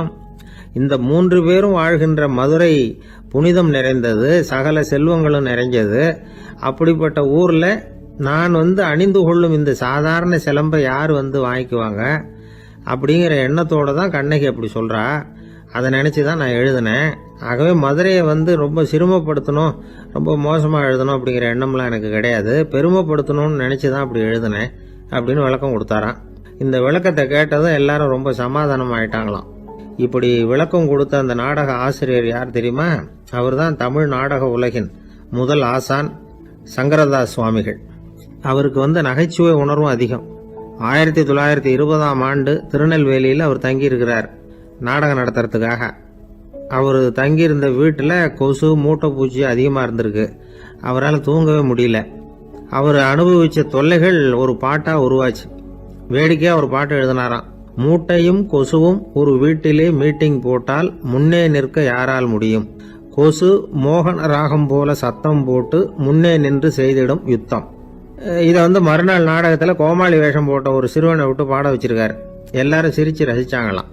சங்கரதாஸ் சுவாமிகள் கல்யாணமே பண்ணிக்கல, துறவி மாதிரியே வாழ்ந்திருக்கார். தமிழ் நாடக கலைக்கு தன்னையே அர்ப்பணம் பண்ணிட்டவர் அவர். 1922 நவம்பர் மாசத்துல ஒரு நாள் புதுச்சேரியில அவர் வாழ்க்கை முடிஞ்சது. அப்போ அவருக்கு வயசு 55. சங்கரதாஸ் சுவாமிகள் நாடக ஆசிரியர் மட்டும் இல்ல, மேடை நாடக இயக்குனர், தயாரிப்பாளர். அவரே ஒரு சிறந்த நடிகர். ஒரு தடவை சாவித்திரி நாடகத்துல இவர் யமதர்மனா வேஷம் போட்டு நடிச்சிருக்கிறார். நாடகம் பார்த்துக்கிட்டு இருந்த கருவுற்ற ஒரு பெண்மணிக்கு பயத்தினால அங்கேயே குழந்தை பிறந்துட்டுதான். அந்த நிகழ்ச்சிக்கு அப்புறம் இவர் இந்த வேஷம் போடுறப்போலாம் ஜனங்களுக்கு முன்கூட்டியே எச்சரிக்கை கொடுக்க ஆரம்பிச்சிருவாராம். அதாவது அப்படி யாராவது பயப்படுறவங்க இருந்தா கொஞ்சம் கண்ணை மூடிங்க அல்லது எழுந்திரிச்சு போடுங்கன்னு. நடிப்புன்னா அப்படிலாம் இருக்கணும். இந்த காலத்துல நடிகர் ஒருத்தர் சொன்னார், சார் நான் இந்த நாடகத்துல நடிக்கிறப்போ முகத்துல நவரசங்களையும் காட்டி நடிச்சேன், உணர்ச்சிகளை எல்லாம் நல்லா காட்டி நடிச்சேன். அப்படி இருந்து ஜனங்கள் கல்லை எடுத்து மேடையில வீசிவிட்டாங்க சார் அப்படின்னார். நாடகத்துல உங்களுக்கு என்ன வேஷம் அப்படின்னு கேட்டாங்க. அது செத்து கிடக்கிற பணமா நடிச்சேன் சார் அப்படின்னார். ஒரு தடவை கலைவாணர் NS கிருஷ்ணன் பேராசிரியர் கல்கியை சந்திச்சு பேசிக்கிட்டு இருந்தாராம். கலைவாணர் கல்கியை பார்த்து, எனக்கு கதை எழுத ஆசையா இருக்கு, எப்படி எழுதுறதுன்னு கேட்டாராம். கதை எழுதுறதுக்கு 4 மை வேணும்னாராம் கல்கி. அப்படியா, அப்படின்னா என்னென்ன கலர் மை அப்படின்னு கேட்டிருக்காரு கலைவாணர் சிரிச்சுக்கிட்டே. நான் சொன்னது கலர் மை இல்ல, அது வேற மை. அதாவது கதை எழுதுறதுக்கு தேவைப்படுகிற 4 மை எதுன்னா, 1 திறமை, 2 பேணாமை, 3வது தனிமை, 4வது பொறுமை அப்படின்னாராம். உடனே கலைவாணர், உங்க யோசனை அருமை அப்படின்னாராம். அதுதான் கலைவாணர். பொதுவா எழுத்தாளர்கள் எழுதுற மாதிரி நடந்துக்கிறது இல்ல. ஆனா கலைவாணர் என்ன சொல்லுவாரோ அதே மாதிரி நடந்துக்குவார். எல்லாருக்கும் எல்லாம் கிடைக்கணுங்கிற கருத்தை சினிமா படங்கள்ல வலியுறுத்துவார். அதே மாதிரி நடைமுறை வாழ்க்கையிலேயும் எல்லாருக்கும் எல்லாமும் கொடுப்பார். பணம், பதவி, புகழ் இப்படி எதுவுமே இல்லாத ஒரு சாதாரண மனுஷனா இருந்தா கூட இவர் மனுஷனுக்கு கொடுக்கற மரியாதையில கொஞ்சமும் குறைச்சல் இருக்காது. இந்த குணம் சாதாரணமா எல்லாருக்கும் இருக்கிறது இல்ல. அவரு சினிமா தியேட்டருக்கு போய் சினிமா பாக்குறது வழக்கம். அவரு வந்திருக்கிறாருங்கிறது தெரிஞ்சா போதும், வெளியில பிச்சைக்காரங்க கூடிடுவாங்க. இது அவருக்கு தெரியும். வெளியில நம்மளை நம்பி ஒரு கூட்டம் காத்துக்கிட்டு இருக்குமேன்னு நினைப்பார். உடனே ஒரு 100 ரூபா நோட்டை கொடுத்து சில்லறையா மாத்திட்டு வர சொல்லுவார். படம் முடிஞ்சு வெளியில வர்றப்போ சில்லறையோட வருவார். எல்லாருக்கிட்டையும் கொடுத்துருவார். ஏன்னா எல்லாரும் தேடிட்டு வருவாங்க அவரை. என்ன எல்லாரும் சௌக்கியமா இருக்கிறீங்களா அப்படின்னு பிரியமா விசாரிப்பார். ஏதோ ரொம்ப நெருங்கின சொந்தக்காரங்களை விசாரிக்கிறது மாதிரி விசாரிப்பாரு. தன்கிட்ட இருக்கிற சில்லறையை எல்லாருக்கும் சமமா பிரிச்சு கொடுத்துட்டு தான் அங்கிருந்து புறப்படுவார். ஒரு நாள் அது மாதிரி புறப்படுற சமயத்துல ஒரு சின்ன பையனுக்கு சில்லறை எதுவும் கிடைக்கல கொடுக்கறதுக்கு. இது கலைவாணருக்கு தெரியாது. கார்ல ஏறி புறப்பட்டு போயிட்டார். அந்த பையன் காரை புடிச்சுக்கிட்டு பின்னாடியே ஓடியாந்துருக்கிறான். ஐயா, நீங்களே இல்லைன்னு சொன்னா நான் என்ன பண்றது? இன்னைக்கு பட்னி தான், அம்மாவுக்கு வேற உடம்பு சரியில்லை அப்படின்னு கத்திக்கிட்டே ஓடியாந்தானா. கலைவாணர் கவனிச்சுட்டார். உடனே காரை நிறுத்த சொன்னார். இறங்கினார். அந்த சின்ன பையனை கட்டி பிடிச்சுக்கிட்டு, என்ன மன்னிச்சுக்கப்பா, நான் கவனிக்காம வந்துட்டேன் அப்படின்னு சொல்லி அழ ஆரம்பிச்சுட்டாராம். இன்னொரு தடவை இதே மாதிரி ஒரு தியேட்டர்ல இருந்து வெளியில வந்திருக்கிறார். ஒரு ஆள் அவர்கிட்ட நின்றுருக்கார். அவர் கொடுக்கறதுக்கு இவர்கிட்ட பணம் இல்ல. பணம் இல்லையாப்பா அப்படின்னாராம். உங்ககிட்டயே இல்லையா அப்படின்னாராம் அவரு. கலைவாணருக்கு மனசு ரொம்ப சங்கடமா போச்சு. உடனே புறப்பட்டு வீட்டுக்கு போனார். அங்க இங்க தேடி பார்த்து அங்க இருந்த கொஞ்சம் நெஞ்ச சில்லறை எடுத்தார். காரு டிரைவரை கூப்பிட்டார். தியேட்டர் வாசல்ல நின்றுகிட்டு இருந்த ஆசாமியோட அங்க அடையாளங்களை சொன்னார். காரை எடுத்துட்டு போய் அந்த ஆளை கண்டுபிடிச்சு இந்த காசை கொடுத்துட்டு வா அப்படின்னு அனுப்பி வச்சாராம். பிச்சை போடுறதுக்காக காரை அனுப்புனதாக வேற யாரை பத்தியாவது நீங்க கேள்விப்பட்டிருக்கிறீங்களா? அவர் ஒரு வித்தியாசமான மனிதர், வித்தியாசமான கலைஞர். கலைவாணரோட சகோதரர் கல்யாணம் நடந்தது. அதுல தியாகராஜ பாகவதர் கச்சேரி முடிஞ்ச உடனே அதுல சம்பந்தப்பட்ட கலைஞர்களுக்கெல்லாம் கலைவாணர் பரிசுகள் கொடுக்கிறார். அந்த கச்சேரியில கடம் வாசிச்சவருக்கு மட்டும் மத்த எல்லாருக்கும் கொடுத்ததை விட பெருசா ஒரு வெள்ளி கோப்பையை பரிசா கொடுத்தாராம். மத்தவங்களுக்கு எல்லாம் சின்னதா கொடுத்துட்டு கட வித்துவானுக்கு மட்டும் பெருசா பரிசு கொடுக்குறீங்களே ஏன்னு கேட்டிருக்கிறாங்க. அதுக்கு கலைவாணர் விளக்கம் கொடுத்தாராம். இப்பெல்லாம் ரயில்ல கூட்டம் அதிகங்கிறது உங்களுக்கு எல்லாருக்கும் தெரியும். இந்த வித்வான் இவ்வளவு பெரிய மண்பானைய ரயில்ல ரொம்ப பத்திரமா உடையாம ரொம்ப தூரத்துல இருந்து கொண்டு வந்திருக்கிறாரே, அது என்ன சாமான்யமான காரியமா? அவரோட அந்த சாமர்த்தியத்தை பாராட்டுறதுக்காக தான் அவருக்கு இவ்வளவு பெரிய பரிசு அப்படின்னு விழுந்தது. உடனே அவங்களுக்கு ஒரு ஆசை, கபீரை சந்திச்சு பேசணும் அப்படின்னு அவங்க ஆசைப்பட்டாங்க. அவங்க அப்படி ஆசைப்பட்டதுக்கு ஒரு காரணம் உண்டு. ஏன் அப்படி ஆசைப்பட்டாங்கன்னா, 2 ஞானிகளை சந்திக்க வச்சா பல அரிய தத்துவங்களை கேட்கறதுக்கு ஒரு வாய்ப்பு கிடைக்கும். அதனால அவங்க 2 பேரையும் எப்படியாவது சந்திக்க வச்சிடணும் அப்படின்னு அவங்க ஆசைப்பட்டாங்க. அந்த சீடர்கள் தங்களுடைய விருப்பத்தை அவர்கிட்டயே சொன்னாங்க. இது மாதிரி அவர் கபீர் இந்த ஊர்ல இருக்கிறதா தெரியுது, சந்திச்சா தேவையில்லைன்னு. சரி, கபீரை சந்திக்கலாம், ஆனா அவரோட பேசுறத பத்தி நான் எதையும் சொல்றதுக்கு இல்லை அப்படின்னு விட்டார் பரீத். ஏன் கபீரோட நீங்க எதுவும் பேச மாட்டீங்களா அப்படின்னு கேட்டாங்க சீடர்கள். அவரோட பேசுறதுக்கு எதுவும் இல்லை. ஏன்னா எனக்கு என்ன தெரியுங்கிறது அவருக்கு தெரியும், அவருக்கு என்ன தெரியுங்கிறது எனக்கு தெரியும். அப்படி இருக்கிறப்ப நாங்க 2 பேரும் பேசிக்கிறதுக்கு என்ன விஷயம் இருக்க போகுது அப்படின்னாரு அவர். இங்க நிலைமை இப்படி. கபீர் இருக்கிற இடத்துல என்ன நடந்தது தெரியுமா? இது மாதிரி பரீத் காசிக்கு வந்திருக்கிறார் அப்படிங்கிற விஷயம் கபீரின் சீடர்களுக்கு தெரிஞ்சது. உடனே அவங்களும் நீங்க ஷேக் பரீத்தை சந்திச்சு பேசணும்னு அவர்கிட்ட கேட்க ஆரம்பிச்சாங்க. அதுக்கு கபீர் சொன்னாராம், நாங்க 2 பேரும் சந்திச்சுக்கிட்டா ஒருத்தர் கட்டி தழுவிக்குவோம், ஆனந்த கண்ணீர் வடிப்போம், வார்த்தைகளால பரிமாறிக்கிறதுக்கு எங்ககிட்ட எதுவும் இல்லை அப்படின்னாராம். இருந்தாலும் 2 பக்கத்துல இருந்த சீடர்களும் அப்படி நினைக்கல. எப்படியும் இவங்க சந்திச்சுக்கிட்டா கொஞ்சமாவது பேசாம இருக்க முடியாது, ஏதாவது பேசிக்குவாங்க அப்படின்னு நினைச்சாங்க. அதனால தொடர்ந்து வற்புறுத்தினாங்க. கபீர் பரீத்தை தன்னுடைய ஆசிரமத்துக்கு அழைச்சார். அந்த ஊரின் எல்லைக்கே போய் அவரை அழைச்சிட்டு வந்தார். 2 பேரும் சந்திச்சாங்க. ஒருத்தர் கட்டி பிடிச்சுக்கிட்டாங்க. ஒருத்தர் கைய ஒருத்தர் பிடிச்சபடியே ரொம்ப நேரம் நின்றுட்டு இருந்தாங்க. ஆனந்த கண்ணீர் வழிஞ்சுது. கபீர் ஆசிரமத்துல 2 பேரும் மௌனமா உட்கார்ந்துருக்காங்க. ஏதாவது பேசுவாங்கன்னு சொல்லி எதிர்பார்த்துக்கிட்டே 2 பக்கமும் சீடர்கள் காத்துக்கிட்டு இருக்கிறாங்க. பேசுங்கன்னு சொல்லியும் பார்த்தாங்க. அதை கேட்டதும் லேசா சிரிச்சாங்களே தவிர எதுவுமே பேசிக்கலையாம். ஒரு நாள் பூரா இப்படியே போயிட்டுது. அதுக்கப்புறம் பரீத் கபீர் கிட்ட விடைபெற்றுக்கிட்டு புறப்பட்டார். ஏன் நீங்க பேசல அப்படின்னு சொல்லி கபீரின் சீடர்கள் கேட்டாங்களாம். அதுக்கு கபீர் சொன்னார், நாங்க 2 பேரும் உணர்ந்ததை சொல்றதுக்கு வார்த்தைகள் கிடையாது. எல்லாமும் உணர்ந்த பரீத்து கிட்ட பேசுறதுக்கு என்கிட்ட எதுவும் இல்லை, அதனால பேசல அப்படின்னார். இதே மாதிரி பரீத்தின் சீடர்களும் அவர்கிட்ட கேட்டிருக்கிறாங்க, ஏன் நீங்க பேசலன்னு.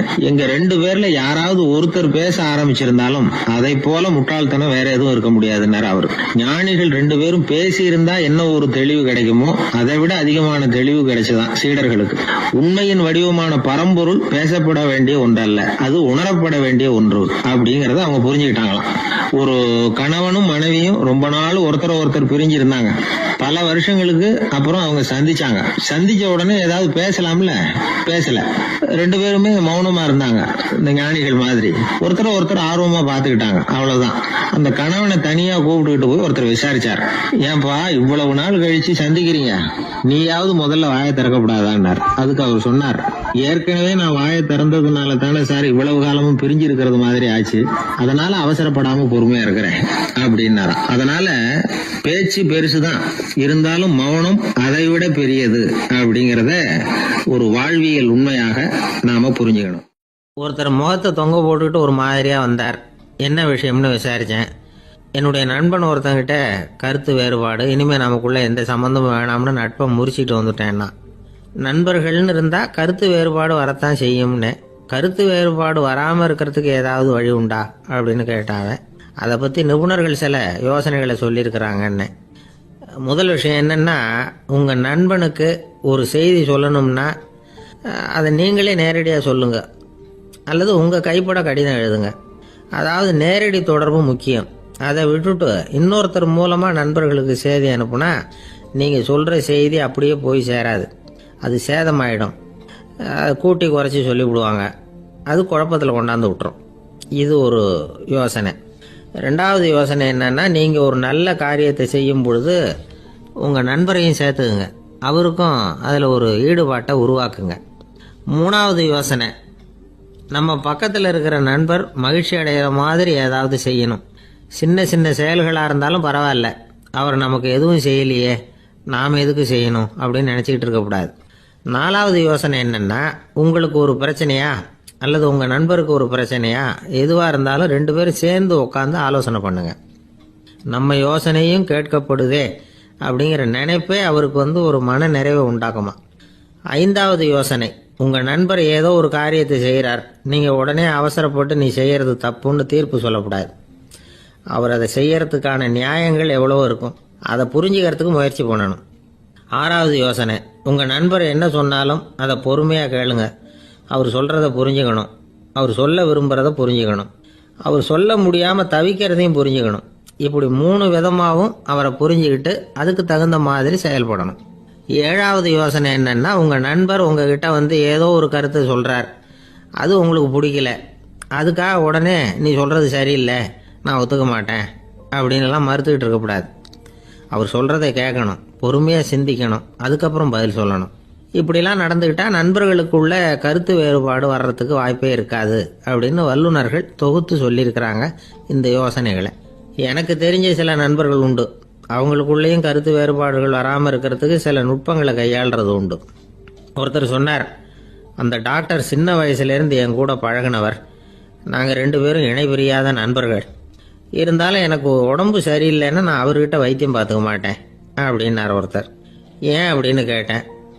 எங்கள் நட்பு கெட்டுப்படக்கூடாது இல்லையா, அதனால தான் அப்படின்னாரு இவர். எதிர்காலத்தை நினைச்சா எனக்கு ரொம்ப பயமா இருக்கு சார் அப்படின்னு சொல்றவங்க நிறைய பேர் இருக்கிறாங்க.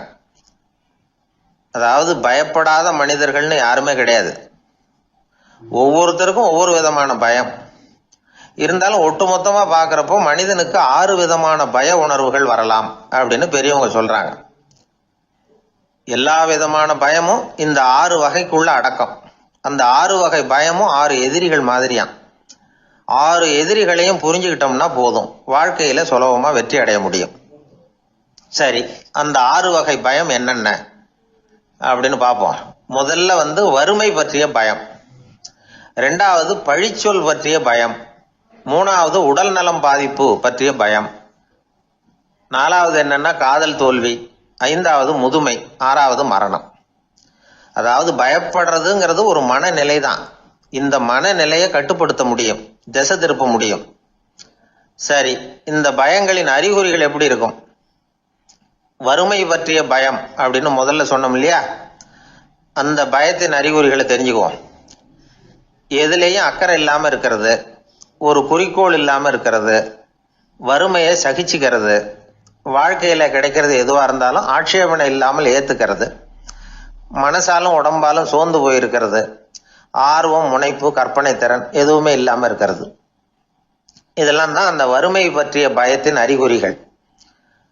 அந்த அடுத்தது ஒன்று பார்த்தோமே, பழிச்சொல் பற்றிய பயம். அதாவது அடுத்தவங்க நம்மளை குறை சொல்லி விடுவாங்களோ அப்படிங்கிற பயம். இதுக்கு அறிகுறி என்ன தெரியுமா? புதியவர்களை சந்திக்கிறதுக்கு பயப்படுறது, முடிவு எடுக்க முடியாம குழம்புறது, பிரச்சனைகளை தவிர்க்க விரும்புறது, தாழ்வு மனப்பான்மை, வரவுக்கு மீறி செலவு செஞ்சு இமேஜை உயர்த்திக்கிறது, குறிக்கோள் இல்லாத வாழ்க்கை, இதெல்லாம் தான் அதுக்கு அறிகுறிகள். 3வது பயம் உடல் நலம் பாதிப்பு பற்றிய பயம், அதாவது நோய் பற்றிய பயம். ஒரு உண்மை என்ன தெரியுமா? டாக்டரை சந்திக்கிற மனிதர்கள்ல 75% பேர் தங்களுக்கு நோய் வந்துட்டுதுங்கிற கற்பனையில் இருக்கிறவங்களாம். நிஜமாவே நோய் கிடையாது அவங்களுக்கு. இந்த பயத்தின் அறிகுறிகள் என்னன்னா, வியாதிக்கான அறிகுறிகள் தன்னிடம் இருக்கிறதாக நினைச்சுக்கிறது, எந்த நேரமும் வியாதியை பத்தியே பேசி பேசி மனசை அங்கேயே வச்சிருக்கிறது, நோய் சம்பந்தமான செய்திகளை படிச்சு நமக்கு இப்படி ஆயிடுமோ அப்படின்னு வேதனைப்படுறது, இதெல்லாம் தான் அதுக்கு அறிகுறிகள். 4வது பயம் காதல் தோல்வி. இது ரொம்ப வேதனை, உடம்பையும் மனசையும் சீரழிச்சு விடும். ஆண்களை விட பெண்கள் தான் இந்த பய உணர்வுல அதிகமாக பாதிக்கப்படுறாங்க. 5வது முதுமை பற்றிய பயம். 6வது மரண பயம். வயசான காலத்தில் எப்படி சமாளிக்கிறது அப்படிங்கிற பயம். ஆக இதையெல்லாம் நாம் புரிஞ்சுக்க வேண்டியது ரொம்ப அவசியம். இந்த 6 வகை பயங்களை சரியாக புரிஞ்சுக்கிட்டு நாம் நடந்துக்கணும். வாழ்க்கையின் முன்னேற்றத்துக்கு இந்த பயங்கள் முட்டுக்கட்டே ஆகிடக்கூடாது. உழைச்சி பணம் சேர்க்கணும், உற்சாகமாக மனசை வச்சுக்கணும். மனசை கட்டுப்படுத்துகிற மார்க்கம் தெரிஞ்சுக்கிட்டா போதும், எல்லாம் சரியாக வந்துடும். நம்ம ஆள் ஒருத்தன் சொன்னான், சார் எனக்கு வறுமை பற்றிய பயம்தான் இருந்தது, ஒரே ராத்திரியில் 30,000 ரூபா தயார் பண்ணிவிட்டேன், இப்போ எனக்கு இன்னொரு பயம் வந்துட்டுதுன்னா. என்ன பயம்னு கேட்டாங்க. போலீஸு கண்டுபிடிச்சிருமோங்கிற பயம்னா. இது இந்த பயத்தில் அடங்காது. அதனால அஞ்சி அஞ்சி சாவார், அஞ்சாத பொருள் இல்லை அப்படின்னு பாரதி சொன்னார் இல்லையா? அது மாதிரி பயத்தை புரிந்து கொண்டு அதற்கு தகுந்த மாதிரி நம்முடைய வாழ்க்கையை அமைத்து கொள்ள வேண்டும். அப்படி அமைத்து கொள்ளுகிறவர்களுக்கு வெற்றி நிச்சயம். ஒரு ஊரில் ஒரு ஆள் இருந்தான். அவன் ஒரு நாள் கோயிலுக்கு போனான். கடவுள்கிட்ட வேண்டிக்கிட்டான், எனக்கு ஒரு 1,00,000 ரூபா நீ கொடுத்தா நான் உன் சன்னதியில் ஒரு தேங்காய் உடைக்கிறேன் அப்படின்னு வேண்டிக்கிட்டான். கடவுள் பார்த்தார். உடனே அவன் கண் முன்னாடி தோன்றினார். இந்தா நீ கேட்ட 1,00,000 ரூபாய் அப்படின்னு சொல்லி அவன் கையில் பணத்தை கொடுத்துட்டு மறைஞ்சிட்டார். இவனால் நம்பவே முடியல. இவ்வளவு சுலபமாக கிடைக்கும்னு தெரிஞ்சிருந்தா அனாவசியமாக ஒரு தேங்காய் உடைக்கிறேன்னு வேண்டியிருக்க வேண்டியது இல்லையே அப்படின்னு நினச்சான். இருந்தாலும் வேண்டுதலை நிறைவேற்ற வேண்டியது கடமை. அதுக்காக என்ன பண்ணான், பக்கத்தில் ஒரு கடைக்கு போனான். ஒரு தேங்காயை கையில் எடுத்தான். இது என்ன விலைன்னு கேட்டான். 5 ரூபான்னார் கடையில் இருந்தவர். அதிகமாக இருக்குதே விலைன்னா. அப்படின்னா ஒன்று செய்யுங்க, அடுத்த ஊருக்கு போங்க, அங்கே தென்னந்தோப்பு அதிகம், அதனால் அங்கே இதை விட குறைஞ்ச விலைக்கு கிடைக்கும் அப்படின்னார். சரின்னு அடுத்த ஊருக்கு கிளம்புனான். அங்கே போய் விசாரித்தான். ஒரு தேங்காய் 3 ரூபாய் விலைன்னாங்க. இதுவும் அதிகமாக தெரியுதேன்னா. அப்படின்னா ஒன்று செய்ய, அதோ அந்த ஆற்று ஓரமாக ஒரு தென்னை மரம் இருக்கு பார், அதில் நீயே ஏறி பறிச்சுக்கோ, ஒரு தேங்காய்க்கு 1 ரூபா கொடுத்தா போதும் அப்படின்னார் அந்த தோப்புக்கு சொந்தக்காரரு. இவனுக்கு மரம் ஏற தெரியாது, இருந்தாலும் ஆசை யாரை விட்டுது, விலை சல்லிசா இருக்குதே. ஆற்று ஓரம் போனால் தட்டு தடுமாறி அந்த மரத்தில் ஏறினா அந்த தென்னை மரம் வளைஞ்சி ஆற்று பக்கம் போய் அப்புறம் நிமிர்ந்து இருந்தது. அதாவது மரத்தின் உச்சி சரியாக ஆற்றுக்கு நடுவில் இருந்தது. ஆற்றுல வெள்ளம் கரபுரண்டு ஓடிக்கிட்டு இருக்கு. இவன் கடவுள் கொடுத்த 1,00,000 ரூபாயை மடியில் வச்சு இறுக்கி கட்டிக்கிட்டான். உச்சிக்கு போய் காய் பறிக்கிற சமயத்தில் காற்று மழையும் பலமாக கலந்து அடிக்க ஆரம்பிச்சுட்டுது. கால் வழுக்கி விட்டுட்டுது. இவன் சடார்னு ஒரு தென்னை மட்டையை பிடிச்சிக்கிட்டு தொங்க ஆரம்பிச்சிட்டான். கீழே பயங்கரமான வெள்ளம், மடியில் 1,00,000 ரூபா பணம், என்ன செய்யறதுன்னு தவிக்கிறான். இந்த சமயம் கரையில் ஒரு யானை பாகன் யானையை குளிப்பாட்டிக்கிட்டு இருக்கிறான். அது அவன் கண்ணில் பட்டுது. ஐயா ஒரு உதவின்னு கத்துனான். அவன் என்ன செய்யணும்னு கேட்டான். உன் யானையை மெதுவாக இங்கே அழைச்சிட்டு வா, எனக்கு நேராக கீழே நிறுத்து, என் காலை பிடிச்சி மெதுவாக கீழே இறக்கி விட்டுரு, என் மடியில் இருக்கிற பணத்தில் உனக்கு 10,000 ரூபா தரேன் அப்படின்னா. அவன் பார்த்தான். காலை கையை பிடிச்சா கூட எவனும் இந்த காலத்தில் 10 ரூபாய்க்கு மேலே தரமாட்டேங்கிறான், இவன் காலை பிடிச்சா 10,000 தர்றேங்கிறான் அப்படின்னு யோசனை பண்ணான். உடனே யானையை கொண்டுட்டு போனான். அவனுக்கு நேராக கீழே நிறுத்தினான். அவன் காலை பிடிச்சான். அவ்வளவுதான். அந்த நேரம் பார்த்து யானை மெதுவாக நடந்து அப்பால போட்டுது. இப்போ யானை பாகன் அவன் காலை கெட்டியாக பிடிச்சிக்கிட்டு தொங்குறான். பரிதாபமாக மேலே பார்க்குறான். அவன் மட்டையை பிடிச்சிட்டு தொங்குறான். இப்போ யானை பாகன் சொல்கிறான், தம்பி மட்டையை விட்டுறாத, கெட்டியாக பிடிச்சிக்கோ, நான் உனக்கு 10,000 ரூபா தரேன், இதோ மடியில் தான் வச்சுருக்கேன்னா. மேலே தொங்குறவனுக்கு இந்த நிலைமையிலேயும் ஒரு சந்தோஷம், மேற்கொண்டு ஒரு 10,000 ரூபா நமக்கு கிடைக்கும் போல இருக்கே அப்படின்னு. இந்த சமயத்தில் ஒருத்தன் ஒட்டகத்தை ஓட்டிகிட்டு வந்தான் அந்த பக்கமாக குளிப்பாட்டுறதுக்கு.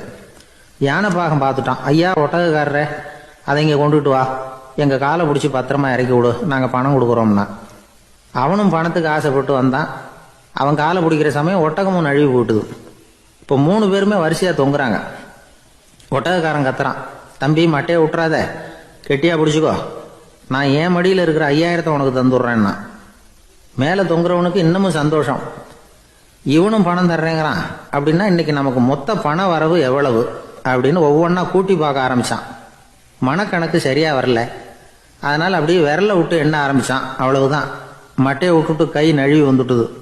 3 பேரும் பொத்துன்னு ஆற்றுல விழுந்தாங்க. படாத பாடுபட்டு தட்டு தடுமாறி கரைக்கு வந்து சேர்ந்தாங்க. 3 பேர் மடியில் இருந்த பணமும் ஆத்தோட போட்டுது. பேராசை பெருநஷ்டம் அப்படின்னு ஒரு பழமொழி இருக்குல்ல, அதை விளக்கறதுக்காக சொல்லப்பட்ட கதை இது.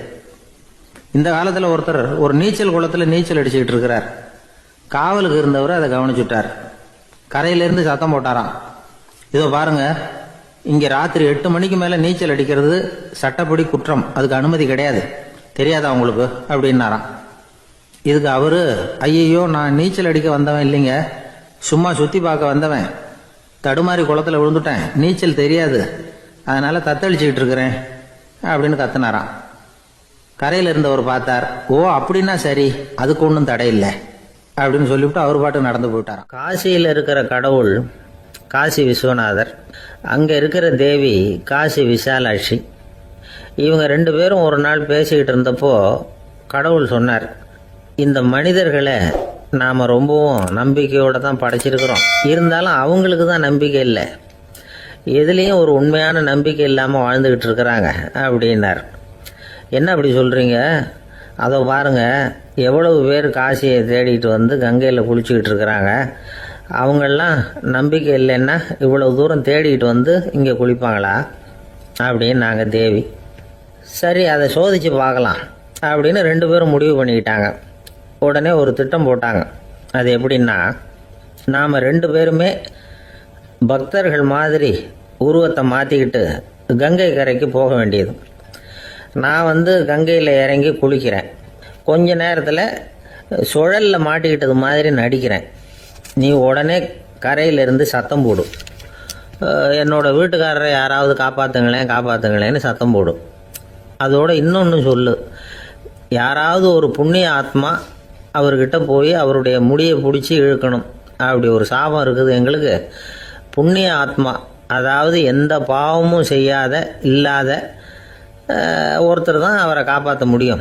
அப்படிப்பட்டவங்க யாராவது வெள்ளத்தில் குதிச்சு என்னுடைய கணவரை காப்பாற்றுங்கோ அப்படின்னு நீ சத்தம் போடு, கூச்சல் போடு, என்ன நடக்குதுன்னு பார்க்கலாம் அப்படின்னார் கடவுள்.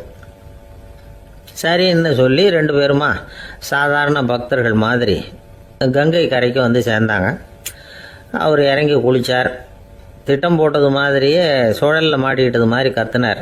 கரையில் இருந்த அந்த அம்மா, ஐயோ என் கணவரை காப்பாற்றுங்களேன், யாராவது காப்பாற்றுங்களேன்னு கத்துனாங்க. பல பேர் ஓடி வந்தாங்க. உடனே இவங்க, பாவம் இல்லாத புண்ணிய ஆத்மா ஒருத்தரால் தான் என்னுடைய கணவர் காப்பாற்றப்படணுங்கிறது விதி, அப்படி ஒரு சாபம் இருக்குது, அதனால் புண்ணிய ஆத்மா யாராவது அவர்கிட்ட போய் அவர் முடியை பிடிச்சி தூக்கினா அவரை காப்பாற்றி விடலாம் அப்படின்னாங்க. இவங்க இப்படி சொன்னதும் எல்லாரும் திகைச்சு போய் நின்றுட்டாங்க. ஒவ்வொருத்தருக்கும் அவங்க செஞ்ச பாவம்லாம் ஒவ்வொன்றா ஞாபகத்துக்கு வர ஆரம்பிச்சுட்டுது. சரி, இதுக்கு நாம லாயக்கு இல்லை அப்படின்னு சொல்லி ஒதுங்கி போக ஆரம்பிச்சிட்டாங்க எல்லாம். இந்த சமயத்தில் யாரோ ஒருத்தர் வேகமாக ஓடி வந்தார், ஆற்றுல குதிச்சார். அவர்கிட்ட போனார், முடியை பிடிச்சார், தூக்கினார், அவரை காப்பாற்றி கரைக்கு கொண்டுட்டு வந்துட்டார்.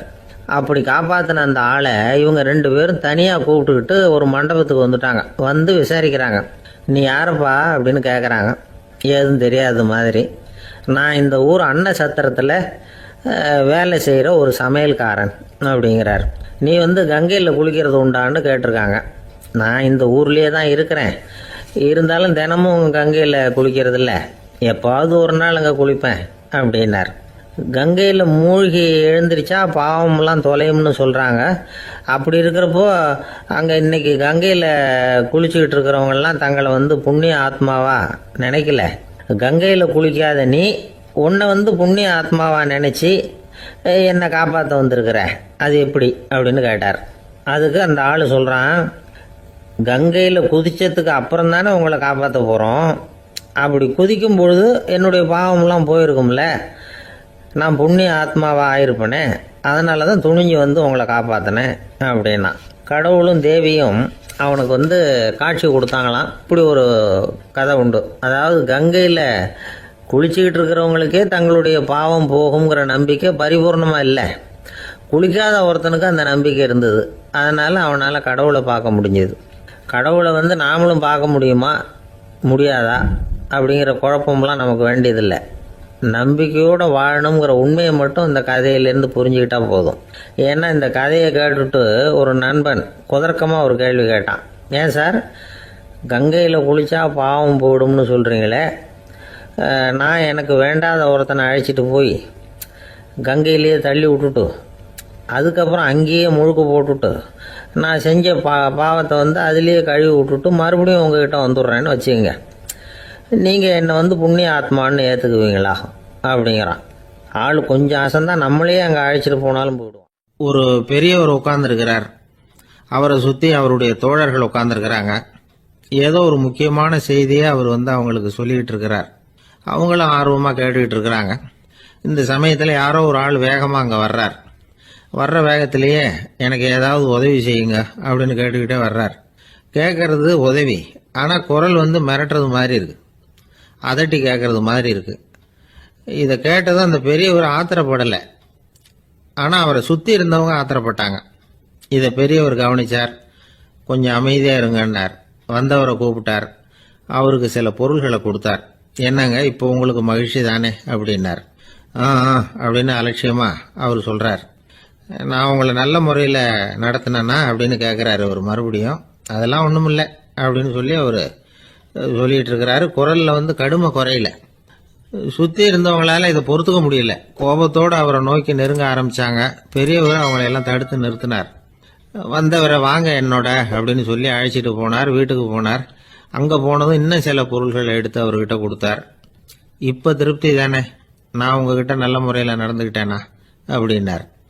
அவர் முகம் இப்போதான் கொஞ்சம் மலர்ந்தது.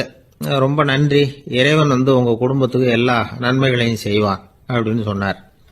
இதே வார்த்தைகளை என்னுடைய தோழர்கள்கிட்டே வந்து சொல்லிட்டீங்கன்னா அவங்க கோபம் தணிஞ்சிரும், வர முடியுமான்னார். கண்டிப்பாக வர்றேன் அப்படின்னாரு. மறுநாள் காலையில் அந்த இடத்துக்கு வந்தார். அதே மாதிரி சொல்லிவிட்டு அவர் போயிட்டார். தோழர்கள்லாம் ரொம்ப வியப்போடு பெரியவரை பார்த்தாங்க. அந்த பெரியவர் தான் நபிகள் நாயகம். அவர் சொன்னார், ஒருத்தன் ரொம்ப ஆசையாக ஒரு ஒட்டகத்தை வளர்த்துக்கிட்டு வந்தான். ஒரு நாள் அந்த ஒட்டகம் வந்து கயத்தை அறுத்துக்கிட்டு ஓடி போயிட்டுது. அக்கம் பக்கத்தில் இருக்கிறவங்கெல்லாம் அந்த ஒட்டகத்தை பிடிக்கிறதுக்கு முயற்சி பண்ணாங்க. அதை துரத்திக்கிட்டு ஓடினாங்க. ஒட்டகம் வந்து தாறுமாறாக ஓட ஆரம்பிச்சுது. இந்த சமயத்தில் ஒட்டகத்தை வளர்த்தவன் அங்கே ஓடி வந்தான். நீங்கள் அதை ஒன்றும் செய்ய வேணாம், விட்டுருங்க. அதோட சுபாவம் எனக்கு நல்லா தெரியும். அதை சுலபமாக என்னோட வழிக்கு கொண்டுட்டு வந்துட முடியும். நான் பார்த்துக்கிறேன், விட்டுருங்க அப்படின்னா. எல்லாரும் விலைக்கு போயிட்டாங்க. இவன் என்ன செஞ்சான் தெரியுமா?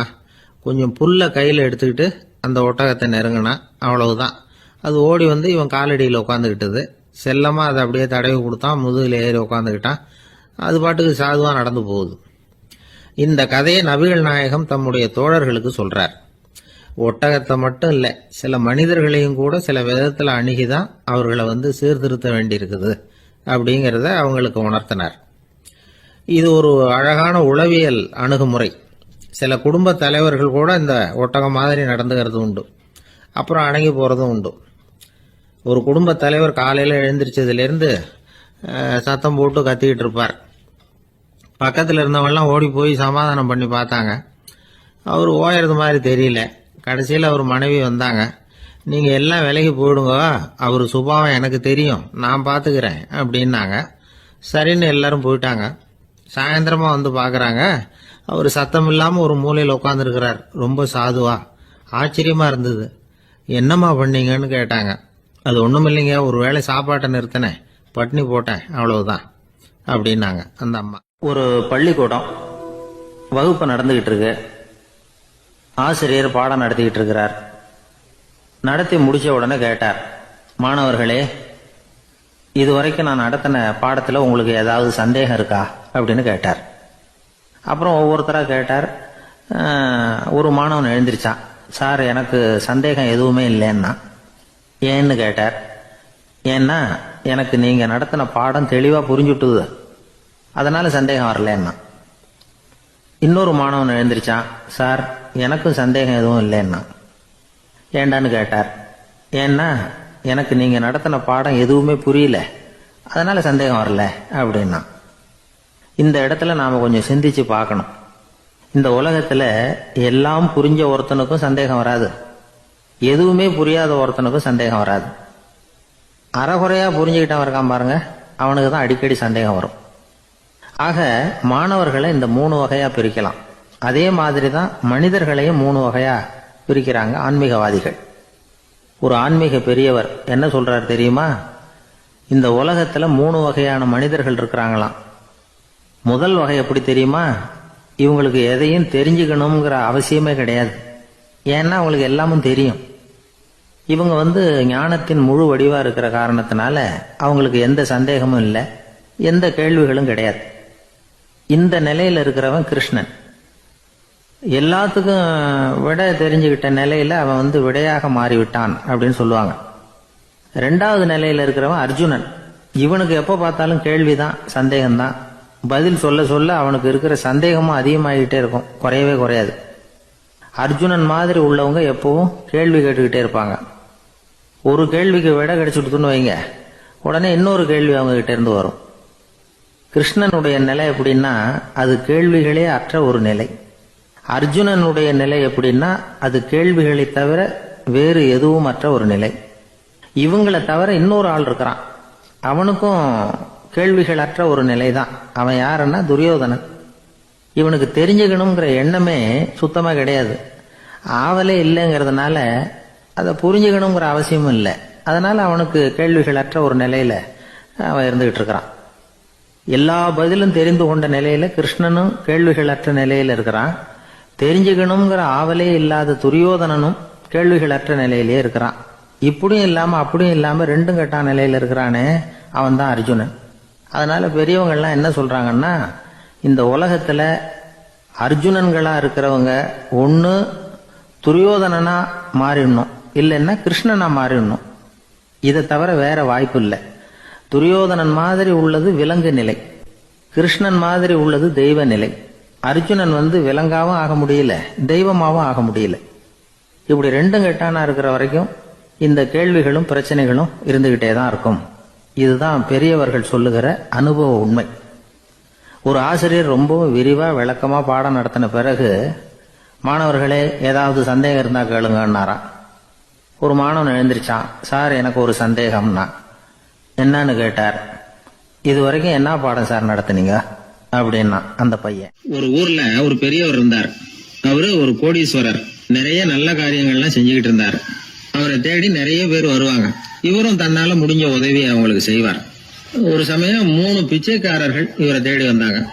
ஏதாவது பொருள் உதவி பெறலாம்னு நினைச்சு 3 பேரும் ஒரே நேரத்துல வரல, தனித்தனியா வந்தாங்க. முதல் பிச்சைக்காரன் காலையில வந்தான். இவர் முன்னாடி நின்னான். ஐயா, எனக்கு 5 ரூபா வேணும், தயவு பண்ணி கொடுங்க அப்படின்னு கேட்டான். இவன் அப்படி கேட்டது அவருக்கு கோவம் வந்துட்டுது. என்ன இது, நான் ஏதோ உங்ககிட்ட கடன் பட்டிருக்கிறது மாதிரியும் அதை திருப்பி கொடுன்னு கேட்கறது மாதிரியும் இருக்குது.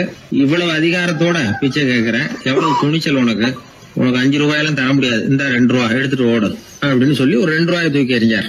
அவன் அதை எடுத்துக்கிட்டு அங்கிருந்து போயிட்டான். அடுத்தபடியா மத்தியானமே ஒரு பிச்சைக்காரன் வந்தான். இவன் எப்படி கேட்டான் தெரியுமா? ஐயா, 10 நாளா ஒருவேளை உணவு கூட சாப்பிடல, தயவு பண்ணி எனக்கு உதவி பண்ணுங்கன்னா. உனக்கு எவ்வளவு வேணும்னு கேட்டார்.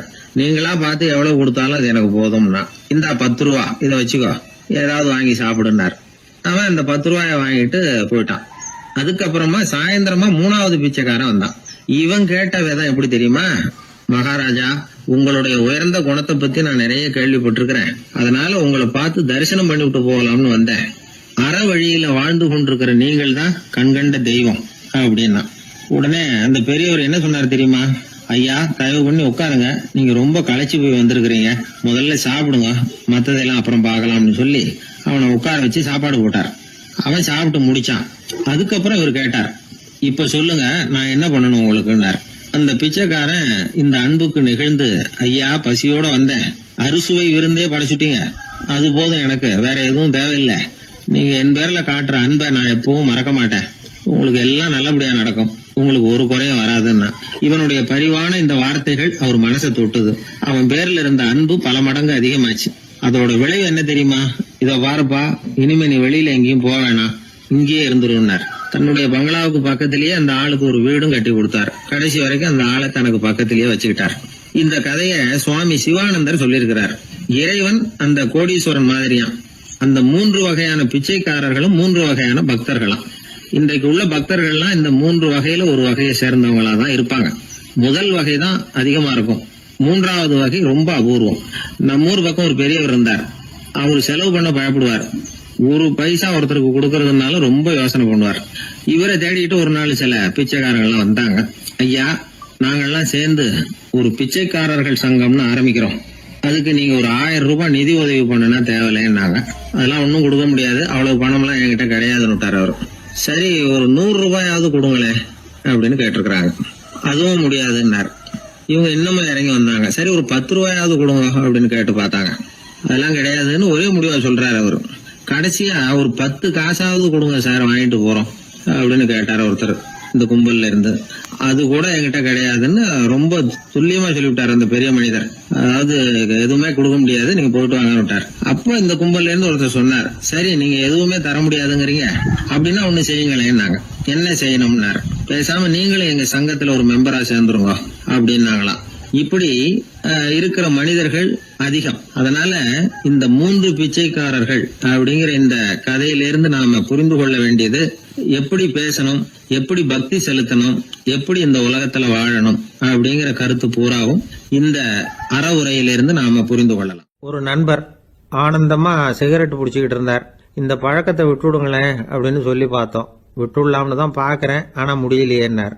மனசு வச்சா எல்லாம் முடியும் அப்படின்னோம். அவர் கொஞ்ச நேரம் யோசனை பண்ணார். அப்புறம் சொன்னார், சரி சார், இதுதான் நான் பிடிக்கிற கடைசி சிகரெட் அப்படின்னு சொல்லி ரொம்ப அழுத்தமா புகையை உள்ளுக்கு இழுத்தார். அதுக்கப்புறம் அந்த துண்டு சிகரெட்டை வீசி எறிஞ்சுட்டார். ஒருத்தர் இது மாதிரி தீர்மானம் பண்ணி தன்னுடைய கடைசி சிகரெட்டை தூக்கி எறிஞ்சுட்டாருன்னா அது ஒரு பெரிய விஷயம்தான். அதுக்கு பிறகு அவர் உடம்புல படிப்படியா என்னென்ன மாற்றங்கள் நடக்கும் அப்படிங்கறத பத்தி ஒரு விவர பட்டியலே வெளியிட்டு இருக்கிறாங்க. அது என்ன விவரம் தெரியுமா? ஒருத்தர் புகைப்பிடிக்கிற பழக்கத்தை நிறுத்துறாருன்னு வச்சுங்க. அப்படி அவர் நிறுத்தின 20 நிமிடங்களுக்குள்ள உயர் ரத்த அழுத்தம், உடல் வெப்பம், நாடி துடிப்பு இதெல்லாம் சரியான நிலைமைக்கு வந்துருதான். 8 மணி நேரத்துக்குள்ள இந்த ஸ்மோக்கர்ஸ் பிரீத் அப்படிங்கிற தன்மை மறைஞ்சிருதான். ரத்தத்துல உள்ள கார்பன் மோனாக்சைடு அளவு குறையுதான், ஆக்சிஜன் அளவு கூடுதான், சரியான அளவுக்கு வந்துருதான். ஒருத்தர் கடைசி சிகரெட்டை தூக்கி எறிஞ்சுட்டாருன்னா 24 மணி நேரத்துக்குள்ள மாரடைப்பு ஏற்படுறதுக்கான வாய்ப்பு குறைஞ்சுடுதான். 48 மணி நேரத்துக்குள்ள உணர்வு நரம்புகளின் முனைப்பகுதிகள் மறுபடியும் ஒன்று சேர்ந்துருதான். அதனால நாக்கு சுவை உணர்வு, மூக்கின் முகரும் சக்தி இதெல்லாம் மேம்படுதான், நல்ல நிலைமைக்கு வந்துருதான். சிகரெட்டை நிறுத்தின 3 நாளுக்குள்ள மூச்சு விடுறது சுலபமாயிடுதான். இப்படி அவங்க பட்டியல் நிறைய சொல்றாங்க. 2 அல்லது 3 மாசத்துக்குள்ள என்ன ஆகும் தெரியுமா? ரத்த ஓட்டம் மேம்படுது, நடக்கிறது சுலபமாயிடுது. நுரையீரல் கொள்ளளவு 30% அதிகரிக்குது. 1 to 9 மாசத்துக்குள்ள சுவாச குறைபாடுகள் நீங்குது. நுரையீரல்ல இருக்கக்கூடிய இந்த அசுத்தம் வடிகட்டும் திசுக்கள் சரியா வேலை செய்ய ஆரம்பிச்சிருது. 1 வருஷத்துக்குள்ள இந்த இதய அழுத்த நோய்க்கான வாய்ப்பு பாதியா குறைஞ்சிருது. இந்த சிகரெட்டை நிறுத்தின 5 வருஷத்துக்குள்ள ஒரு நாளைக்கு 1 பாக்கெட் சிகரெட் பிடிக்கிறவர்கள்ல நுரையீரல் புற்றுநோயினால சாகிறவர்கள் எண்ணிக்கை பாதியா குறைஞ்சிருது. புற்றுநோய் செல்கள் சீரமைக்கப்படுது. ஆக ஒருத்தர் புகைக்கிறத விட்டுணும்னு தீர்மானம் பண்ணி தன் கையில் இருக்கிற சிகரெட்டை இதுதான் கடைசின்னு சொல்லி தூக்கி எறிஞ்சுட்டா அதுக்கப்புறம் படிப்படியா இவ்வளவு நன்மைகளும் மாற்றங்களும் ஏற்படுறதாக இந்த அமெரிக்கன் கேன்சர் சொசைட்டி தெரிவிச்சிருக்குது. அதனால புகைப்பழக்கம் உள்ளவங்க இதையெல்லாம் கொஞ்சம் யோசிச்சு பார்த்து அந்த பழக்கத்தை விட்டு விடுறது ரொம்ப நல்லது. ஆனா அதையெல்லாம் நாம சொன்னா யாரு கேட்கறாங்க? என்னுடைய நண்பர் ஒருத்தர் புகைப்பழக்கம் உள்ளவர், அவர் என்கிட்ட சொன்னார், சார் சிகரெட் பிடிக்கிற பழக்கத்தை விட்டு விடுறது என்னை பொறுத்த வரைக்கும் ஒன்றும் பெரிய கஷ்டமான செயல் இல்லை, அது ரொம்ப சுலபம் அப்படின்னார். எப்படி சொல்றீங்கன்னு கேட்டேன். நான் ஏற்கனவே 20 தடவை அந்த பழக்கத்தை விட்டுருக்கேன் சார் அப்படின்னார் ரொம்ப பெருமையா. மனுநீதி சோழன் வரலாறு நமக்கு தெரியும். அது மாதிரி நீதி தவறாத ஆட்சியாளர்கள் பல பேர் இருந்திருக்கிறாங்க இந்த உலகத்துல. ஹசரத் உமர் பின் கத்தாப் அப்படின்னு ஒருத்தர், இஸ்லாத்தின் 2வது கலீஃபா இவர். அவருடைய ஆட்சி காலத்துல நடந்த ஒரு நிகழ்ச்சி. இந்த மன்னருக்கு ஒரு மகன், அவர் பேரு அபு ஷஹ்மா. அந்த மிசர் நாட்டு கவர்னர் அமர் பின் ஆஸ், அந்த மன்னருடைய மகன் கவர்னர் அவர்களுடைய கவனிப்புல இருந்தார். அந்த சமயத்துல ஒரு நாள் அவர் மதுபானா இருந்தனார். கவர்னருக்கு தெரிஞ்சு போச்சு. அவருக்கு தர்ம சங்கடமா போட்டுது. தவறு செஞ்சது மன்னருடைய மகன். கவர்னர் யோசனை பண்ணார். அவர் மெதுவா தன்னுடைய வீட்டுக்கு அழைச்சிட்டு வந்தார்.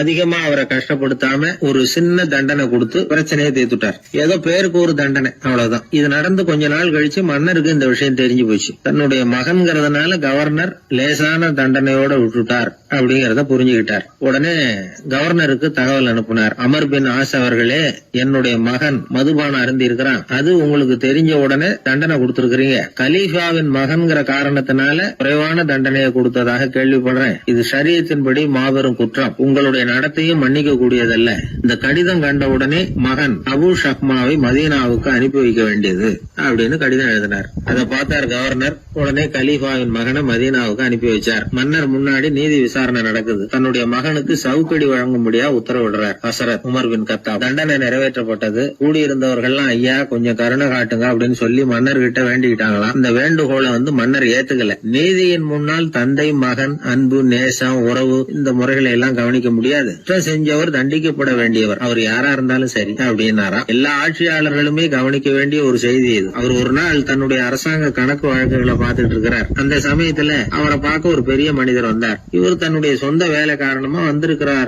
அப்படிங்கறத அவர் புரிஞ்சுக்கிட்டார். உடனே அது வரைக்கும் எரிஞ்சுகிட்டு இருந்த விளக்க அணைச்சுட்டு இன்னொரு விளக்க ஏற்றி வச்சுக்கிட்டாராம். இந்த செயலுக்கு என்ன காரணம்னு கேட்டிருக்கிறார் வந்தவர். இதுக்கு அவரு சொன்னார், ஐயா நீங்க வந்த போது இங்க எரிஞ்சுகிட்டு இருந்தது அரசாங்க விளக்கு, இப்ப எரியறது சொந்த விளக்கு. சொந்த விஷயங்களை பேசுறப்போ அரசாங்க பணத்தை செலவு பண்ணக்கூடாது, அதனாலதான் விளக்க மாத்தினேன் அப்படின்னாராம். இப்படிலாம் பல பேர் இந்த உலகத்துல இருந்திருக்கிறாங்க. ஆனா இப்ப எல்லாம் பல பேர் அப்படி இருக்கிறது இல்ல. ஒருத்தர் அப்படிதான் அரசாங்க விஷயங்களை பார்த்துக்கிட்டு உட்கார்ந்து இருக்கிறார். அந்த சமயத்துல ஒரு பெரிய தொழில் அதிபர் அவரை பார்க்க வந்திருக்கிறார். இவரு சடார்னு எழுந்திருச்சு எரிஞ்சுகிட்டு இருந்த விளக்க அணைச்சுட்டார். எங்கும் ஒரே இருட்டு. ஏன் விளக்க அணைச்சுட்டீங்கன்னு கேட்டிருக்கிறார் வந்தவர். இங்க நடக்கிறது மத்தவங்க கண்ணுல பற்றக்கூடாது அப்படிங்கறதுக்காக தான் விளக்க அணைச்சேன். நீங்க கொண்டு வந்திருக்கிறத அப்படி ஒரு ஓரமா வச்சுட்டு போடுங்க, அதுக்கப்புறமா விளக்க போட்டு நான் எடுத்துக்கிறேன் அப்படின்னாராம் இவர்.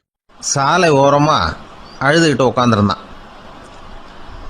பிச்சை எடுத்து சாப்பிட்ற ஒருத்தன் அந்த பக்கமா வந்தான். இவனை பார்த்தான். ஏன் அழுதுகிட்டு உட்காந்துருக்கிற, என்னாச்சு உனக்கு அப்படின்னு கேட்டான்.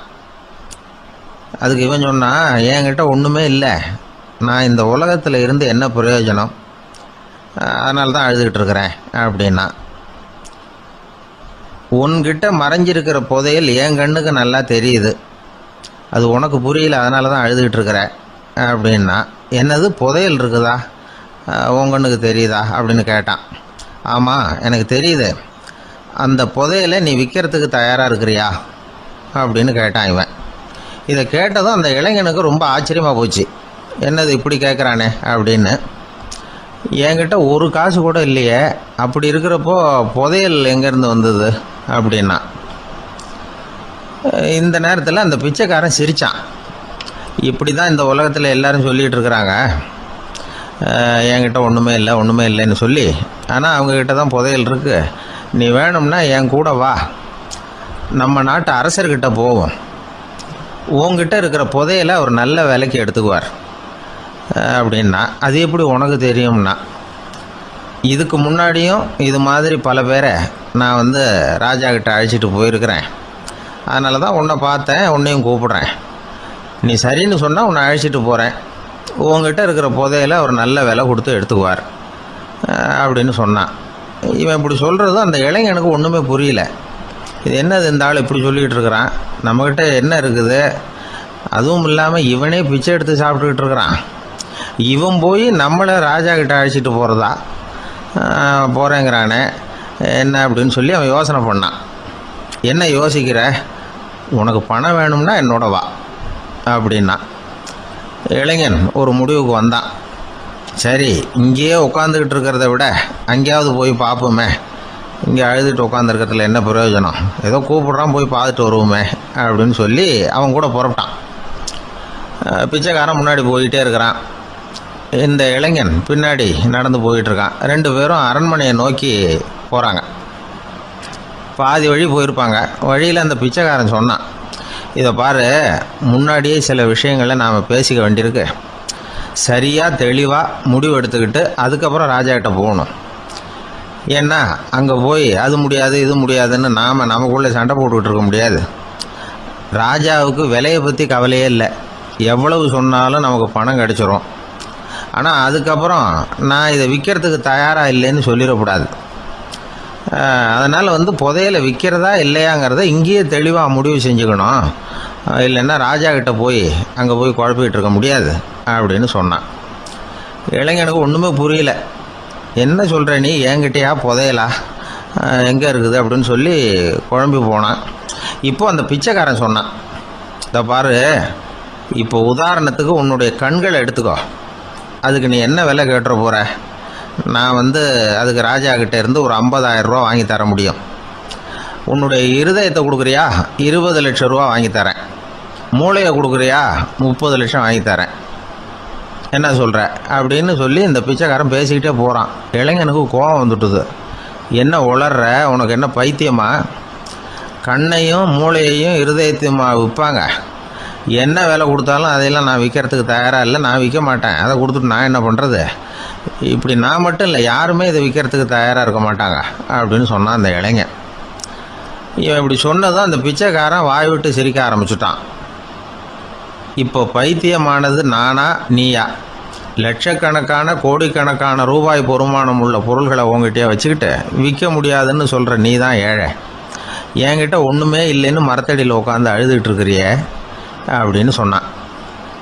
இன்றைக்கி பார்த்தீங்கன்னா பல பேர் தன்கிட்ட புதைஞ்சிருக்கிற ஆற்றலை புரிஞ்சிக்க முடியாமல் அவதிப்பட்டுக்கிட்டு இருக்கிறாங்க. நம்மக்கிட்ட என்ன இருக்குங்கிறது அவங்களுக்கு தெரியறதில்ல. அதனால தான் என்கிட்ட ஒன்றுமே இல்லைன்னு சொல்லி அழுதுகிட்டு இருக்கிறாங்க. இதை விளங்க வைக்கிறதுக்கு பெரியவங்க சொல்கிற கதை இது. நம்மக்கிட்ட இருக்கிற புதையலை நாம் தான் தோண்டி எடுக்கணும். உண்மையான புதையலுங்கிறது உள்ளே இருக்குது, ஆனால் அதை வெளியில் தேடுற ஆசாமிகள் தான் அதிகம். சராசரி மனித இயல்பு அப்படி. நம்மக்கிட்ட விலை மதிக்க முடியாத பகுத்தறிவு இருக்குது, அதை வச்சுக்கிட்டு வாழ்க்கையில் முன்னேறதுக்கு முயற்சி பண்ணணும். என்கிட்ட ஒன்றுமே இல்லைன்னு நினச்சி ஓரமாக உட்காந்துடக்கூடாது. முயற்சி செஞ்சால் முடியாத காரியம் எதுவுமே இல்லை. ஒரு ரயில்வே ஸ்டேஷன் பக்கம் வெளியில் ஒரு டாக்ஸி நின்றுட்டு இருந்தது. அந்த பக்கமாக வந்த ஒருத்தர் டாக்ஸி டிரைவரை பார்த்து சொன்னார், ஐயா உங்கள் வண்டியில் பின் சீட்டில் ஒரு மணி பர்ஸு கிடக்கு, யாரோ மறந்து விட்டுட்டு போயிருக்கிறாங்க அப்படின்னாரு. இல்லை அது காலி பர்ஸு தான், நான் தான் அதை அங்கே போட்டு வச்சுருக்கிறேன்னார் டிரைவர். ஏன்னு கேட்டார் அவர். இதுக்கு டிரைவர் சொன்னார், அதை பார்க்குற யாராவது அதை எடுத்துக்கலாம்ங்கிற ஆசையிலையாவது சவாரிக்கு வருவாங்க, அதுக்காக தான் போட்டு வச்சுருக்கிறேன் அப்படின்னார். ஒரு சீன தேசத்து அரசர் இருந்தார். அவருக்கு வயசாயிட்டுது. அவருக்கு அடுத்தபடியாக அவருடைய புள்ள பட்டத்துக்கு வரணும், ஆட்சி பொறுப்பை ஏற்றுக்கணும். ஒரு நல்ல தலைவனுக்கு இருக்க வேண்டிய பண்புகள்லாம் தன்னுடைய மகனுக்கு இருக்கணும்னு விரும்பினார் அந்த அரசர். அதனால் இளவரசனை பக்கத்தில் இருந்த ஒரு குரு கிட்ட அனுப்புனார். இளவரசன் அவர்கிட்ட போய் சேர்ந்தான். அந்த குரு என்ன பண்ணார் தெரியுமா? இவனை பார்த்து சொன்னார், இதை பாருப்பா, நீ என்ன பண்ணுற, இப்போவே பக்கத்தில் இருக்கிற காட்டுக்கு போ, நடுக்காட்டில் போய் ஒரு இடத்துல உட்காந்துக்கோ. அங்கே என்னென்ன சத்தம்லாம் உன் காதில் விழுதுன்னு கவனிச்சு கேளு. உன் காதில் விழுந்த ஓசைகள் என்னென்னங்கிறத என்கிட்ட வந்து சொல்லு, அதுதான் எனக்கு தெரியணும், உனக்கு வேலையும் அதுதான் அப்படின்னு சொல்லி அனுப்பி வச்சுட்டார். இளவரசன் காட்டுக்கு போனான். குரு சொன்னபடியே ஒரு இடத்துல உட்காந்து கவனித்து கேட்டான். அதுக்கப்புறம் குரு கிட்ட திரும்பி வந்தான். என்னென்ன சத்தம்லாம் கேட்ட அப்படின்னு கேட்டார் குரு. குருவே, காட்டில் நான் பறவைகள் சத்தம்லாம் கேட்டேன், மிருகங்களின் ஓசையையும் கேட்டேன், இதை தவிர இடி மின்னல் மழை இதுகளோட சத்தத்தையும் கேட்டேன் அப்படின்னா. குரு யோசனை பண்ணார், நீ இன்னமும் சரியாக கேட்கல, அதனால் மறுபடியும் காட்டுக்கு போ, கொஞ்ச நாள் தங்கியிருந்து கேட்டுட்டு வா அப்படின்னார். இளவரசனுக்கு ஒன்றும் புரியல. இருந்தாலும் குருவின் கட்டளையாச்சே, மறுக்க முடியுமா? உடனே அவன் மறுபடியும் காட்டுக்கு போனான். ஒரு இடத்துல உட்காந்தான். கொஞ்ச நேரம் உன்னிப்பாக கவனித்து கேட்டான். சில நாள் கழித்து குரு கிட்ட திரும்பி வந்தான். குருவே, இந்த தடவை சில துல்லியமான சத்தங்களை எல்லாம் கேட்டான். தேனி பறக்கிற சத்தம், நீரோடையின் மெல்லிய ஓசை, இதெல்லாம் கேட்டேன்னா. குரு சிரிச்சார். நீ மறுபடியும் காட்டுக்கு போ, இன்னும் சில நாள் அங்கே இரு, முழுமையாக கவனமாக கேட்டுக்கிட்டு வா அப்படின்னு சொல்லி அனுப்பி வச்சுட்டார். இளவரசனுக்கு குழப்பம் அதிகமாயிட்டுது. ஒன்றுமே புரியல. மறுபடியும் காட்டுக்கு போனான். மௌனமாக ஒரு இடத்துல உட்காந்துட்டான். அப்படியே தியானத்தில் ஆழ்ந்துட்டான். சில நாளில் அவனுக்கு இதுவரை கேட்காத ஓசைகள்லாம் கேட்க ஆரம்பிச்சுட்டுது. இதைத்தான் நான் கேட்கணும்னு என்னுடைய குரு எதிர்பார்த்துருக்கிறாருங்கிறத புரிஞ்சுக்கிட்டான். உடனே குரு கிட்ட ஓடனான். குருவே, இந்த தடவை காதுகளுக்கு கேட்க முடியாத சில ஓசைகளை கூட என்னால் உணர முடிஞ்சுது. பூ மலருகிற ஓசை, சூரியனால் பூமி சூடாகிறப்போ எழுகிற ஓசை, காலை பனித்துளி இந்த புல்லுலாம் குடிக்கிற ஓசை, இது எல்லாம் என்னால் நல்லா கேட்க முடிஞ்சுது அப்படின்னா. குருவுக்கு இப்போதான் திருப்தி ஏற்பட்டுதான். இளவரசனை பார்த்து சொன்னார், இதை பாருப்பா, இப்போதான் நாட்டை ஆளுகிற தகுதி உனக்கு வந்திருக்குது அப்படின்னு சொல்லி அதுக்கு விளக்கமும் கொடுத்தாராம். எந்த அரசன் தன்னுடைய மக்களின் இதயம் பேசுகிற மௌன மொழியை, மௌன வார்த்தைகளை கேட்குறானோ அவன்தான் ஆள தகுதி உள்ளவன். எந்த அரசன் தன்னுடைய மக்களின் உணர்ச்சிகளை உண்மையாக உணர்றானோ அவன்தான் முதன்மையான அரசன். போலி வார்த்தைகளை மட்டும் கேட்டுட்டு பல மௌன ராகங்களை காதில் வாங்கிக்காதவன் அரசனே இல்லை. எந்த நாட்டில் எப்போ ஒரு அரசன் தன்னுடைய மக்களின் உணர்ச்சிகளை கேட்க மறுக்கிறானோ அன்னையிலிருந்தே அந்த நாடு அழிய தொடங்குது அப்படின்னு அர்த்தம். இதுதான் அந்த குரு இளவரசனுக்கு போதிச்சது. வாயால் பேசுறத மட்டும் கேட்டு ஏமாறக்கூடாது, உணர்ச்சிகளையும் கேட்கறதுல தான் மனப்பக்குவம் உண்டாகும். மக்கள் உணர்ச்சிகளை புரிந்து கொள்ளாத அரசர்கள் நீடிச்சிருக்க முடியாது. அது மாதிரி நாடுகளில் அடிக்கடி குழப்பம் தான் உண்டாகும். அப்படி இருந்தால் அடிக்கடி ஆட்சி மாறிட்டு இருக்கும். அப்படிப்பட்ட ஒரு தேசம், அங்கே ஒரு சிறைச்சாலையில் 3 கைதிகள் பேசிக்கிட்டு இருந்தாங்க. ஒருத்தன் சொன்னான், நான் இந்த நாட்டு ராஜாவை எதிர்த்து பேசிக்கிட்டு இருந்தேன், அதனால் என்னை பிடிச்சி கொண்டாந்து இங்கே போட்டுட்டாங்க அப்படின்னா ஒருத்தன். இன்னொருத்தன் சொன்னான், நான் இந்த நாட்டு ராஜாவை ஆதரிச்சு பேசிக்கிட்டு இருந்தேன், அதனால என்ன புடிச்சு கொண்டாந்து இங்க தள்ளி விட்டாங்க அப்படின்னா. அது சரி, நீ என்ன தப்பு பண்ண அப்படின்னு சொல்லி மூணாவது ஆளை பார்த்து இவங்க கேட்டாங்க. அதுக்கு அந்த ஆளு சொல்றான், நான் தான் இந்த நாட்டு ராஜா அப்படின்னா. எப்பவும் சுத்தமா இருக்கணும், அதுதான் நல்லதுன்னு ஒருத்தர். நான் அப்படித்தான் சார் இருக்கிறேன், தினம் 2 வேளை சோப்பு போட்டு குளிக்கிறேன் இன்னொருத்தர். உடம்பு மட்டும் சுத்தமா இருந்தா போதாது சார், மனசும் சுத்தமா இருக்கணும்னாரு அவரு. மனசை சுத்தப்படுத்துறதுக்கு என்ன சோப்பு சார் போடலான்னு கேட்டாரு இவர். ஆன்மீகம்ங்கிற சோப்பு தான் அதுக்கு பொருத்தம்னாரு அவர். ஆன்மாவை மேம்படுத்துகிற ஒரு முயற்சி தான் ஆன்மீகம்ங்கிறது. அந்த முயற்சியை எப்படி பண்றது? மனசுக்குள்ள குந்தி இருக்கிற வேண்டாத விருந்தாளிகளை எல்லாம் வெளியேற்றணும். வேண்டாத விருந்தாளிகள்ல முக்கியமான ஒருத்தர் யாருன்னா அவர் பேர் பொறாமை. இவரு நம்ம மனசுக்குள்ள இருக்கிற வரைக்கும் நாம நிம்மதியா இருக்க முடியாது. ஒரு குருநாதர் இருந்தார், அவர்கிட்ட 2 சீடர்கள் இருந்தாங்க. 2 பேரும் ஆரம்பத்துல ஒருத்தருக்கு ஒருத்தர் நல்லபடியா தான் பழகிட்டு இருந்தாங்க. ஆனாலும் என்னமோ தெரியல, கொஞ்ச நாள்ல இந்த 2 பேர்ல ஒருத்தன் மனசுக்குள்ள பொறாமைங்கிற விருந்தாளி உட்கார ஆரம்பிச்சுட்டார். அந்த சீடனும் அதுக்கு இடம் கொடுத்துட்டான்.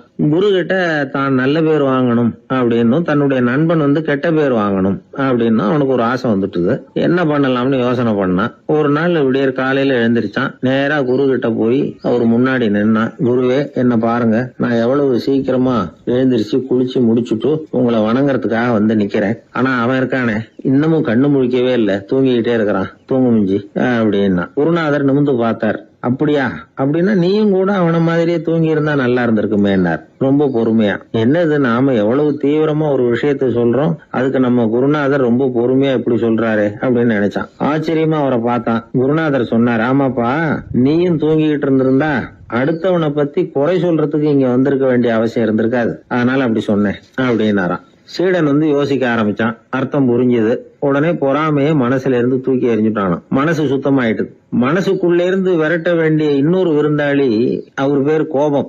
சினம் தன்னையே கொன்னுடும் அப்படிங்கிறார் வள்ளுவர். கோபத்துக்கு மனசுல இடம் கொடுக்காத சில பெரியவர்களும் உண்டு. ஒருத்தர் இருந்தார், அவர் ஒரு சமயம் கோதாவரி நதியில போய் குளிச்சுட்டு திரும்பி வந்துட்டு இருக்கிறார். ஒரு பெரியவர் வர்ற வழியில ஒரு மரத்து மேல உட்கார்ந்திருந்த ஒருத்தன் அவர் மேல துப்பி போடுறான். இவர் உடனே திரும்பி போய் மறுபடியும் குளிச்சுட்டு வர்றார். அப்பவும் துப்புறான். அவர் கோவப்படல, பேசாம மறுபடியும் திரும்பி போய் குளிச்சுட்டு வர்றாரு. இப்படி பல தடவை நடந்துகிட்டே இருக்குது. ஒரு கட்டத்துல இந்த ஆளு தோத்து போய் அவர் காலிலேயே விழுறான். ஆச்சரியப்பட்டு கேக்குறான், அது எப்படிங்க நீங்க கோவப்படாம இருக்கிறீங்களே, அது எப்படி அப்படின்னா. அதுக்கு அந்த பெரியவர் சொன்னாராம், நான் கோவப்பட்டிருந்தா என் மனசு அசுத்தமா இருக்கும். உடம்பு அசுத்தமான குளிச்சு சுத்தப்படுத்திக்கலாம், மனசை அப்படி சுத்தப்படுத்த முடியாது, அது கொஞ்சம் கஷ்டம் அப்படின்னாராம். ஆக கூடி மனசு அசுத்தமாகாம பாத்துக்க வேண்டியது நம்ம கடமை. மனசை அசுத்தப்படுத்துற இன்னொரு விஷயம் சுயநலம். ஒரு சுயநலவாதி ஆத்துல விழுந்துட்டார், சுழல்ல சிக்கிக்கிட்டார். இன்னொரு சுயநலவாதி கரையில இருந்து இத பார்த்தார். ஒரு கயத்தை தூக்கி போட்டு அதை புடிச்சுக்க சொல்லி கரையில இழுத்து காப்பாத்தினார். அவரு கரையில ஏறின உடனே இவரை பார்த்து, என்ன காப்பாத்தினதுக்காக உங்களுக்கு 50 காசு கொடுக்கலாம்னு பாக்குறேன், ஆனா என்கிட்ட 1 ரூபாயா இருக்கு, சில்லறையா இல்ல அப்படின்னாராம். உடனே காப்பாத்தினவர் இவரை பார்த்து, அப்படின்னா நீங்க இன்னொரு தடவை தண்ணியில விழுந்துருங்க, நான் காப்பாத்துறேன், 1 ரூபாயா கொடுத்துடலாம் அப்படின்னாராம். இப்படிப்பட்டவங்க எல்லாம் எத்தனை தடவை தண்ணியில விழுந்தாலும் மனசு சுத்தமாக போறதில்லை. ஒரு சராசரி மனிதனுடைய இயல்பு என்ன?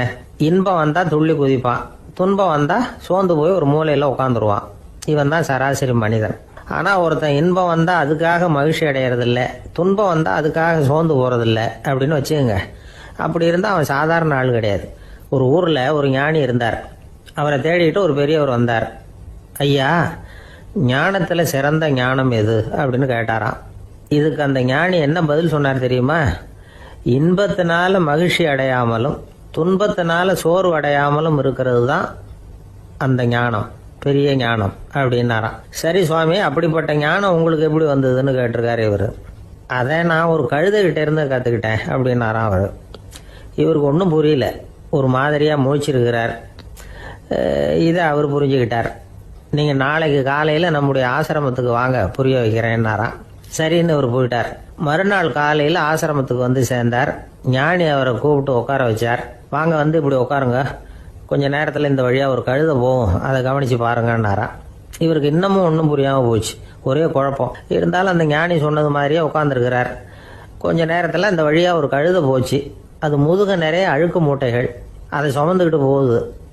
ஒரு சலவை தொழிலாளி அதை ஓட்டிகிட்டு போகிறார். கொஞ்சம் தூரத்தில் ஒரு ஆறு இருக்குது, அங்கே போய் துணியெல்லாம் சுத்தப்படுத்திக்கிட்டு சாயந்தரமாக திரும்பி இந்த வழியாகவே வருவாங்க. ஞானி சொன்னது மாதிரியே இந்த பெரியவர் அழுக்கு மூட்டையை சுமந்துக்கிட்டு போகிற அந்த கழுதையை கவனிச்சார். கழுதை போயிட்டுது. அதுக்கப்புறம் ஞானியை திரும்பி பார்த்தார். இப்போ அந்த ஞானி சொன்னார், சாயந்தரம் வரைக்கும் நீங்கள் இங்கேயே இருக்கணும்னார். அதே மாதிரி இவர் இருந்தார்.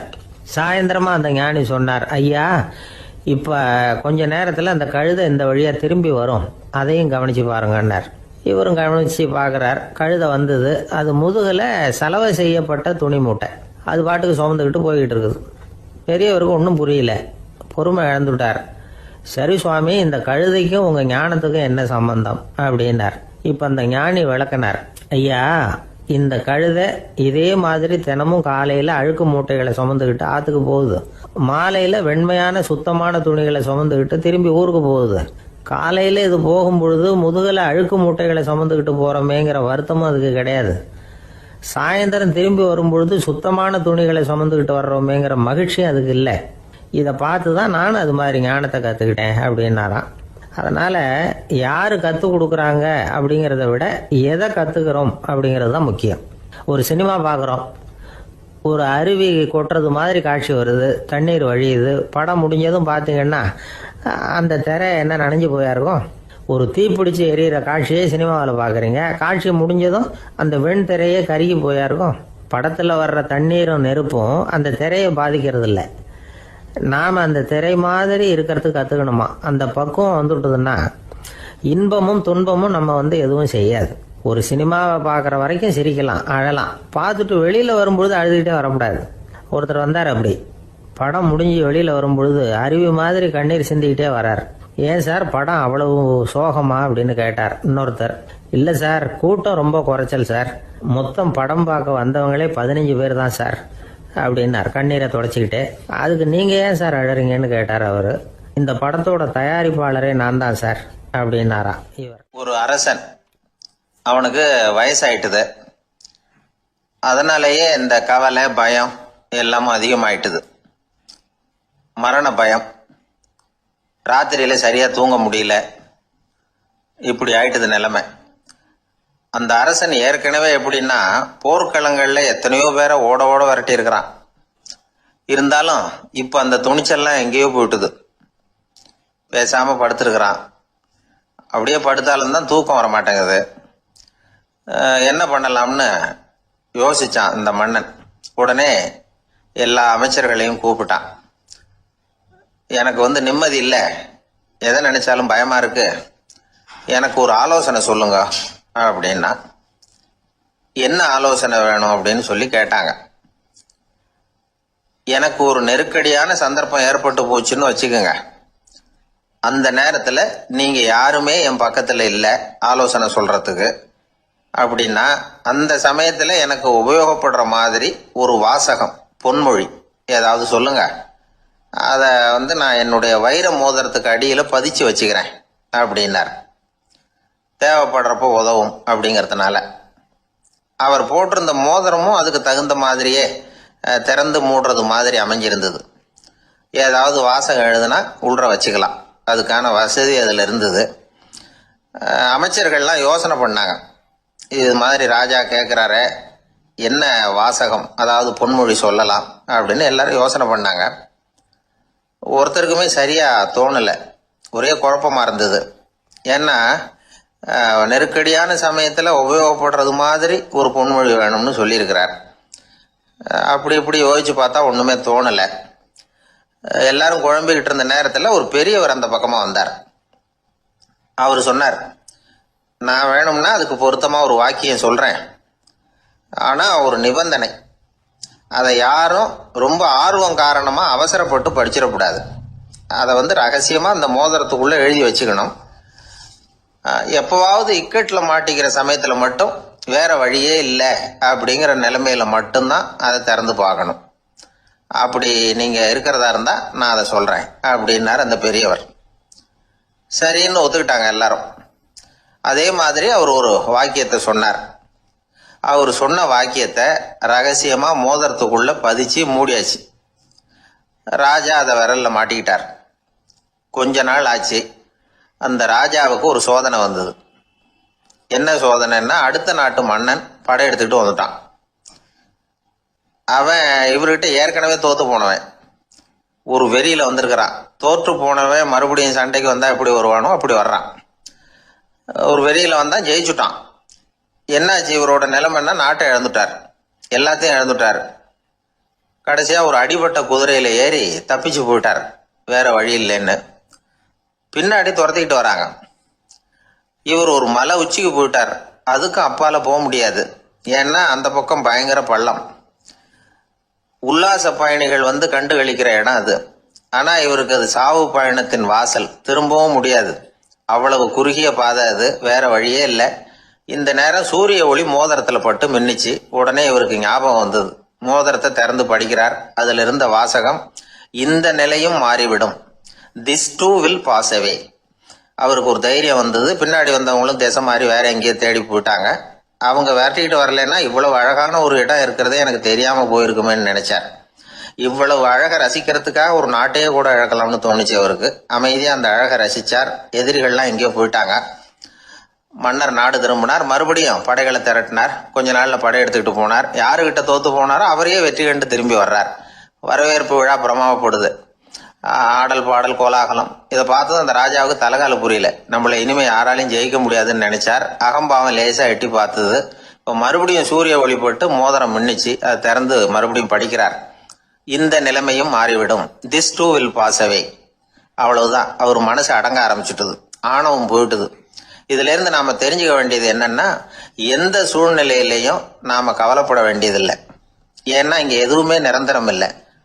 அந்த ராஜா மாதிரியே நம்ம ஆளு ஒருத்தன் ஒரு மோதிரம் போட்டிருந்தான். அதுக்குள்ள அவன் எழுதி வச்சிருந்த வாசகம், எதுக்கும் கவலைப்படாதே அப்படிங்கிறது தான். ஒரு நாள் பயங்கரமான கவலையோட உட்காந்துருந்தான். பக்கத்துல இருந்தவங்க சொன்னாங்க, இது மாதிரி சந்தர்ப்பத்துல தான் நீ உன் மோதிரத்தை திறந்து பார்க்கணும்னாங்க.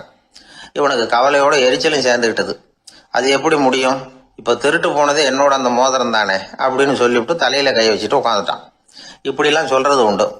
இருந்தாலும் நாம எந்த சூழ்நிலையிலையும் கவலைப்பட வேண்டியதில்லை அப்படிங்கிற உண்மையை புரிஞ்சுக்கணும். அப்படி கவலைய வெல்றதுக்கான வழி தெரிஞ்சுட்டதுன்னா வாழ்க்கையில வெற்றி நிச்சயம். ஒரு மனிதன் கோபப்படும் பொழுது அவனை நல்லா கவனிச்சு பாருங்க. ஏதாவது ஒரு மிருகத்தின் சாயல் அவன் முகத்துல தெரியும். முகம் அழகா இருக்கிறது எப்போ, அவன் புன்னகையோட இருக்கிறப்பதான். கோபமா இருக்கிறப்ப முகம் அழகா இருக்காது. சார் கோபத்துல இருக்கார், இந்த கோபம் குறையறதுக்குள்ள ஒரு போட்டோ எடுத்துருங்க, அழகா இருக்கும் அப்படின்னு யாரும் சொல்றது இல்ல. போட்டோ எடுக்கிறவர் கூட எடுக்கிறதுக்கு முன்னாடி முகத்தை கொஞ்சம் சிரிச்ச மாதிரி வச்சுங்க சார் அப்படின்னு தான் சொல்லுவார். முகத்தை கொஞ்சம் கடுகடுப்பா வச்சுங்க சார், அப்பதான் நல்லா அமையும் அப்படின்னு நான் சொல்லுவாரு. ஒரு உண்மை என்ன தெரியுமா, கோபம் மனசையும் கெடுக்கும், உடம்பையும் கெடுக்கும். கோபப்படுகிறவர்களின் ஆயுள் காலம் குறைகிறது அப்படிங்கிறது விஞ்ஞான உண்மை. சிரிக்கிறவங்க ஆயுள் காலம் அதிகரிக்கிறது அப்படிங்கறதும் விஞ்ஞான உண்மை. கோபப்படுறவங்களை யாரும் விரும்புறதில்லை. கோபப்படுற அப்பா அம்மா கிட்ட பிள்ளைங்க நெருங்காது. கோபப்படுற அதிகாரிகள் கிட்ட ஊழியர்கள் நெருங்க மாட்டாங்க. கோபப்படுற வாத்தியார்கிட்ட பிள்ளைங்க நெருங்குறது இல்ல. அவன் எப்ப பார்த்தாலும் வள்ளு வள்ளுன்னு விழுவான். அதனால எப்போ அவன் பக்கத்திலேயே இருக்கணும்னு ஆசைப்படுறேன் அப்படின்னு ஒருத்தன் சொன்னா அவனை இவன் வேடிக்கை பார்க்க ஆரம்பிச்சுட்டான் அப்படின்னு அர்த்தம். சரி, இந்த கோபம் எதனால வருது? இயலாமையினாலதான் வருதான். இப்ப நீங்க நினைக்கிறத நிறைவேற்றக்கூடிய சாமர்த்தியம் உங்ககிட்ட இல்லைங்கிறப்போ அது கோபமா வெளிப்படுது, அவ்வளவுதான். திறமை உள்ளவன் கோபப்பட வேண்டிய அவசியமே இல்லை. ஒரு உண்மையான கவிஞன் கிட்ட போய் ஒரு கவிதை எழுதி கொடுங்க அப்படின்னு சொன்னா அவன் உடனே எரிச்சல் அடையக்கூடாது. எரிச்சல் வந்தா அது அவனுடைய இயலாமையை காட்டுது. சிற்பி சிலை செதுக்கிறதுக்கு கோபப்படக்கூடாது. ஒரு அதிகாரி சொன்னார், நீங்க சொல்றதெல்லாம் சார் தான் சார், இருந்தாலும் கோவப்படலைன்னா வேலை நடக்காது சார், அதனாலதான் தினமும் ஆபீஸ்ல கத்திட்டு கிடக்குறேன் அப்படின்னார். ஆனா உண்மை என்ன தெரியுமா, கத்துறதுனால கத்துறதுதான் நடக்குமே தவிர காரியம் நடக்காது. வேலை நடக்கிறது மாதிரி ஒரு பாவனை நடக்கும், அவ்வளவுதான். தவறு செய்கிறவர்களுக்கு தண்டனை கத்துறது மட்டும் இல்ல, திட்டு வாங்குற யாரும் தான் செஞ்சது தவறுதான் அப்படின்னு ஒத்துக்கிறது இல்ல. அதை அவங்க உணர்றதும் இல்லை. அப்படி இருக்கிறப்போ திட்டுறதுனால என்ன பிரயோஜனம்? திட்டுறது நோக்கம்